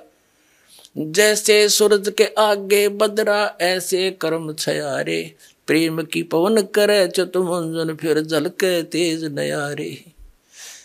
कहते हैं फिर इस ज्ञान से, भगवान की भक्ति से, सिमरन से आपके पाप हल्के हो जाएंगे। आत्मा में एक छोटी सी बात पर भी आंसू आने शुरू हो जाएंगे भगवान की चर्चा में, तो समझो आपके पाप अब नाश हो लिए।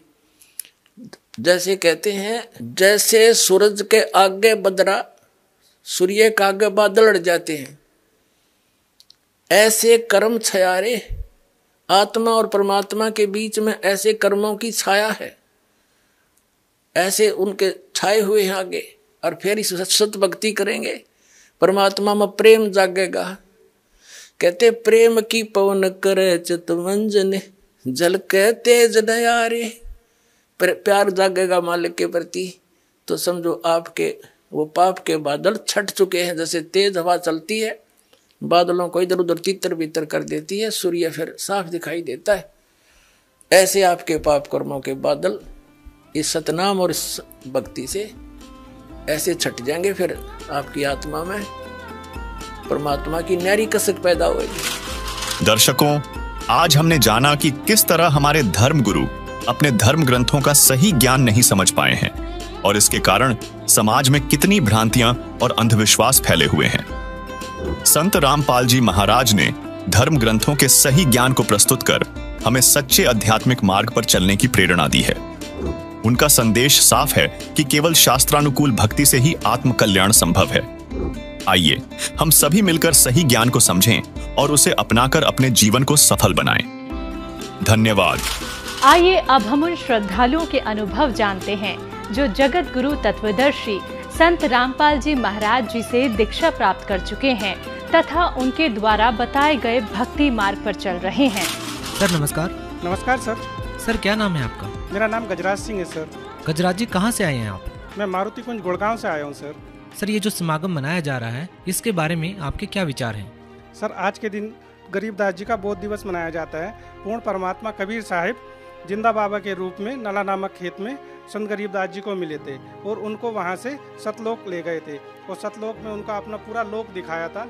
और वहाँ पर फिर सतलोक में आने के बाद संत गरीबदास जी महाराज ने वहाँ का पूर्ण वर्णन यहाँ पे किया गया। गरीबदास जी महाराज ने अपने इस समूचे ज्ञान को अपनी दिव्य दृष्टि से देख करके पूरा का पूरा अमर ग्रंथ साहिब में उद्धृत किया है, लिखवाया है। और वो उनकी वाणी इतनी प्रबल है और इतनी शक्तिशाली है कि जब उनकी वाणी का पाठ होता है उससे आसपास के जीव जंतु, पशु पक्षी, पेड़ पौधे, उन सब पर असर होता है। तो हम तो मनुष्य हैं, हम पर तो बहुत ज़्यादा असर उसका होता है और हमारे समूचे पाप उससे नष्ट होते हैं। सर, संत रामपाल जी महाराज से नाम दीक्षा लेने के बाद आपको क्या लाभ मिले? जी हाँ। मुझे एक बहुत भयंकर बीमारी थी, मेरी ब्लीडिंग पाइल्स थी, जो कई सालों से मेरे को रोजाना बहुत ज़्यादा ब्लड लॉस होता था, जिसके चलते मेरा हीमोग्लोबिन लेवल भी कम हो गया था, मेरे को बहुत वीकनेस रहने लगी थी। ये जैसे ही मैंने संत रामपाल जी महाराज जी से दीक्षा ली और उनके दिए हुए मंत्रों के जाप किए, उसके तुरंत बाद बहुत ही कम समय में मेरी बीमारी ठीक हो गई और मैं पूर्णतः स्वस्थ हो गया। उसके बाद फिर मैं डॉक्टर को कंसल्ट करा, मैंने आरबी हॉस्पिटल के one of the best surgeon को मैंने कंसल्ट करा। उन्होंने बोला कि इसको इसकी सर्जरी होएगी, नहीं तो ये पूरी उंगली गल चुकी है आपकी, नहीं तो कटवानी पड़ेगी। तो फिर मैंने संत रामपाल जी महाराज से प्रार्थना करी और जैसे ही गुरु जी का आदेश आया, मेरी विदिन 20 मिनट्स संत रामपाल जी महाराज ने पूरी उंगली मेरी ठीक कर दी। जितने भी हॉस्पिटल थे सबने हाथ खड़े कर दिए थे, क्योंकि बच्चा पेट में सूख गया था पानी की कमी की वजह से। तो उन्होंने मना कर दिया था, हाथ खड़े कर दिए थे, बोल रहे थे डिलीवरी नहीं हो पाएगी। तो मैंने लिख के दे दिया और मन ही मन गुरु जी से संत रामपाल जी महाराज से प्रार्थना करी कि हे परमात्मा दया करना। तो गुरु जी की ऐसी दया हुई, संत रामपाल जी महाराज की ऐसी दया हुई कि मेरा बच्चा बिल्कुल स्वस्थ घर आ गया। आज वो 5 साल का है जी, बिल्कुल स्वस्थ है, किसी को कोई दिक्कत नहीं है। मुझे 2-3 साल में ऑपरेशन करवाना पड़ता था, इसके लिए लैप्रोस्कोपी एक प्रोसीजर होता है, वो करना पड़ता है। तो मुझे बहुत दिक्कतें होती थी, घर में भी सबको तकलीफ़ें होती थी और ये बार हर महीने का भी ये दिक्कत हुआ करती थी। तो जब से मैंने नाम दीक्षा संत रामपाल जी महाराज से ली है, उसके बाद से ये सारी समस्याएं ख़त्म हो गई हैं। डॉक्टरों ने बोल दिया था कि भी इसको लीवर डैमेज और उसको दवाइयाँ खानी पड़ेगी, अल्सर था, उसको पानी तक नहीं जाता था अंदर। आज सतगुरु संत रामपाल जी महाराज जी की दया से वो बिल्कुल स्वस्थ है और आज वो बिल्कुल ठीक है। संत रामपाल जी महाराज जी से नाम दीक्षा लेने से पहले हमारी आर्थिक स्थिति, हमारी फाइनेंशियल कंडीशन काफ़ी ज़्यादा वीक थी। उस समय में हम खुद किराए के घर पे रहते थे और आज संत रामपाल जी महाराज की नाम दीक्षा लेने के बाद में हमारे पास खुद का घर है और हमारे पास खुद की गाड़ी है और हम काफ़ी ज़्यादा फाइनेंशियली भगवान ने स्ट्रॉन्ग कर दिया है हमको संत रामपाल जी महाराज जी ने। मैंने कल्याणी अस्पताल गुड़गांव में दिखाया, उन्होंने जवाब दे दिया। फिर मैं पारस अस्पताल गुड़गांव गया, तब तक मेरे बेटे की 5000 प्लेटलेट बचा हुआ था और मैं प्लेटलेट चढ़वाता था सर, और अगले 6 घंटे में दोबारा प्लेटलेट 1000 या 1500 बचते थे। फिर मैंने परमात्मा संत रामपाल जी महाराज से अरदास लगाई और मेरा अगले दिन ही प्लेटलेट 35,000 हो गया, उसके अगले दिन 2 लाख हो गया। संत रामपाल जी महाराज ने ऐसी दया की कि सारी की सारी जो बीमारी थी, हमारे माता जी को भूत प्रेत की वादाएं थी, सारे के सारे छू मंत्र कैसे हो गए ये पता ही नहीं। मेरे पापा जो काफ़ी सालों से नशा करते थे, उन्होंने संत रामपाल जी महाराज जी से दीक्षा लेने के बाद ड्रिंक करना छोड़ दिया और जिसकी वजह से हमारे घर में और हमारी लाइफ में एक ड्रास्टिक चेंज आया और हमारे घर में एकदम सुख शांति हुई और मेरे पिताजी का व्यवहार एकदम से बिल्कुल चेंज हो गया। संत रामपाल जी महाराज जी से दीक्षा लेने से पहले हमारी आर्थिक स्थिति बहुत खराब थी। अगर हम बच्चों को डॉक्टर को दिखाने ले जाते थे, हमारे पास दवाई देने के पैसे नहीं थे और हमारा एक सपना था कि भाई हमारा एक गुड़गांव में मकान हो। संत रामपाल जी महाराज जी की ऐसी कृपा हुई, आज हमारा मकान भी है गुड़गांव में। और मेरी एक ऐसी कंडीशन थी कि मैं एक स्कूटर नहीं खरीद सकता था, मैं स्कूटर के लिए तरसता था। परमात्मा संत रामपाल जी महाराज जी की ऐसी कृपा हुई, आज मेरे पास गाड़ी है और परमात्मा ने मेरे को जॉब करते करते ऐसी कृपा करी है संत रामपाल जी महाराज जी की दया से। आज मैं एक ट्रांसपोर्टर हूँ और मेरे बहुत अच्छा बिजनेस है। सर, मेरे को एक बार कंपनी में गया हुआ था तो कंपनी में मेरे को 445 वोल्ट का झटका लग गया, उसमें मैं बेहोश हो गया और बेहोश होने के बाद में सभी लोग इकट्ठा हो गए। सभी कर्मचारी इकट्ठा होने के बाद में मेरे पैर हाथ सब दबाने लगे, मेरा हाथ काम नहीं कर रहा था। उसके बाद में मूर्छित अवस्था में ही मेरे को गुरु जी की बात याद आई, संत रामपाल जी महाराज जी की, कोई भी विपत आवे तो आप जो मंत्र दिया हूँ उस मंत्र को करना। फिर मैंने सतनाम का जाप किया तो धीरे धीरे कि मेरा हाथ बिल्कुल सही होने लगा। मेरी पत्नी पिछले 13 साल से भूत प्रेत वादा से बहुत ही प्रॉब्लम में थी, तो काफ़ी मैंने इलाज कराया, काफ़ी ट्रीटमेंट कराया, कभी बाबों के चक्रों में, लेकिन कोई लाभ नहीं मिला। संत रामपाल जी महाराज की शरण में जाने के 2 महीने बाद ही आज 100 में 99% मेरी पत्नी बिल्कुल ठीक है, कोई प्रॉब्लम नहीं है। प्रॉब्लम ये थी कि अर्न करते थे, अर्न करने के बाद भी पैसे का पता नहीं चलता था कि कहाँ जा रहा है पैसा। पर जैसे ही हम संत रामपाल जी महाराज जी की शरण में आए, हमने भक्ति करनी स्टार्ट करी, तो उस पैसे का लाभ हमको मिलना स्टार्ट हुआ, वो हमारे कामों में लगना स्टार्ट हुआ और अब फाइनेंशियल प्रॉब्लम नहीं होती है। मेरी वाइफ के घुटने में एक चोट लग गई थी, स्कूल में एक एक्सीडेंट हो गया था, जिसका हमने कई जगह कई डॉक्टरों को दिखाया लेकिन कोई फ़ायदा नहीं हो रहा था। तो वो भी सदगुरु रामपाल जी महाराज जी की दया से अब बिल्कुल ठीक है, स्वस्थ। संत रामपाल जी महाराज से नाम दीक्षा लेने से पहले मैं एक चैन स्मोकर होता। हर मिनट में सिगरेट पे मेरे हाथों में रहती थी। घर वाले तक मेरे से परेशान हो गए थे। क्या हर वक्त मेरी बच्ची थी छोटी सी, वो भी मेरे पास आना बंद कर दिया था कि इतनी सिगरेट पीते हो। लेकिन जब मैंने नाम दीक्षा ली संत रामपाल जी महाराज से, उनके आशीर्वाद मात्र से मैंने सिगरेट पीनी छोड़ दी। मेरे लीवर पे पस बन गई थी। मैं यहाँ गुड़गांव के सभी डॉक्टरों को दिखा चुका था। यहाँ तक कि डॉक्टरों ने ये बोल दिया था कि एंडोस्कोपी की जाएगी जब आपकी बीमारी का पता लगेगा। लेकिन मैं उससे परेशान होकर मैं फिर संत रामपाल जी महाराज के पास गया। उन्होंने मेरे को मात्र एक आशीर्वाद दिया, जा बेटा ठीक हो जाएगा। और आज का दिन है, मेरे को कोई बीमारी नहीं है। मैं आपको ये भी बताना चाहता हूँ कि सतगुरु रामपाल जी महाराज भगवान हैं। आप उनके साथ जुड़िए, उनके प्रवचनों को सुनिए, सत्संग को सुनिए और उनके द्वारा बताए गए आध्यात्मिक मार्ग पे चलें। आपको तभी उस चीज़ों को अनुभूति हो पाएगी जो आज मैं अपनी लाइफ में कर पा रहा हूँ। जी धन्यवाद। धन्यवाद।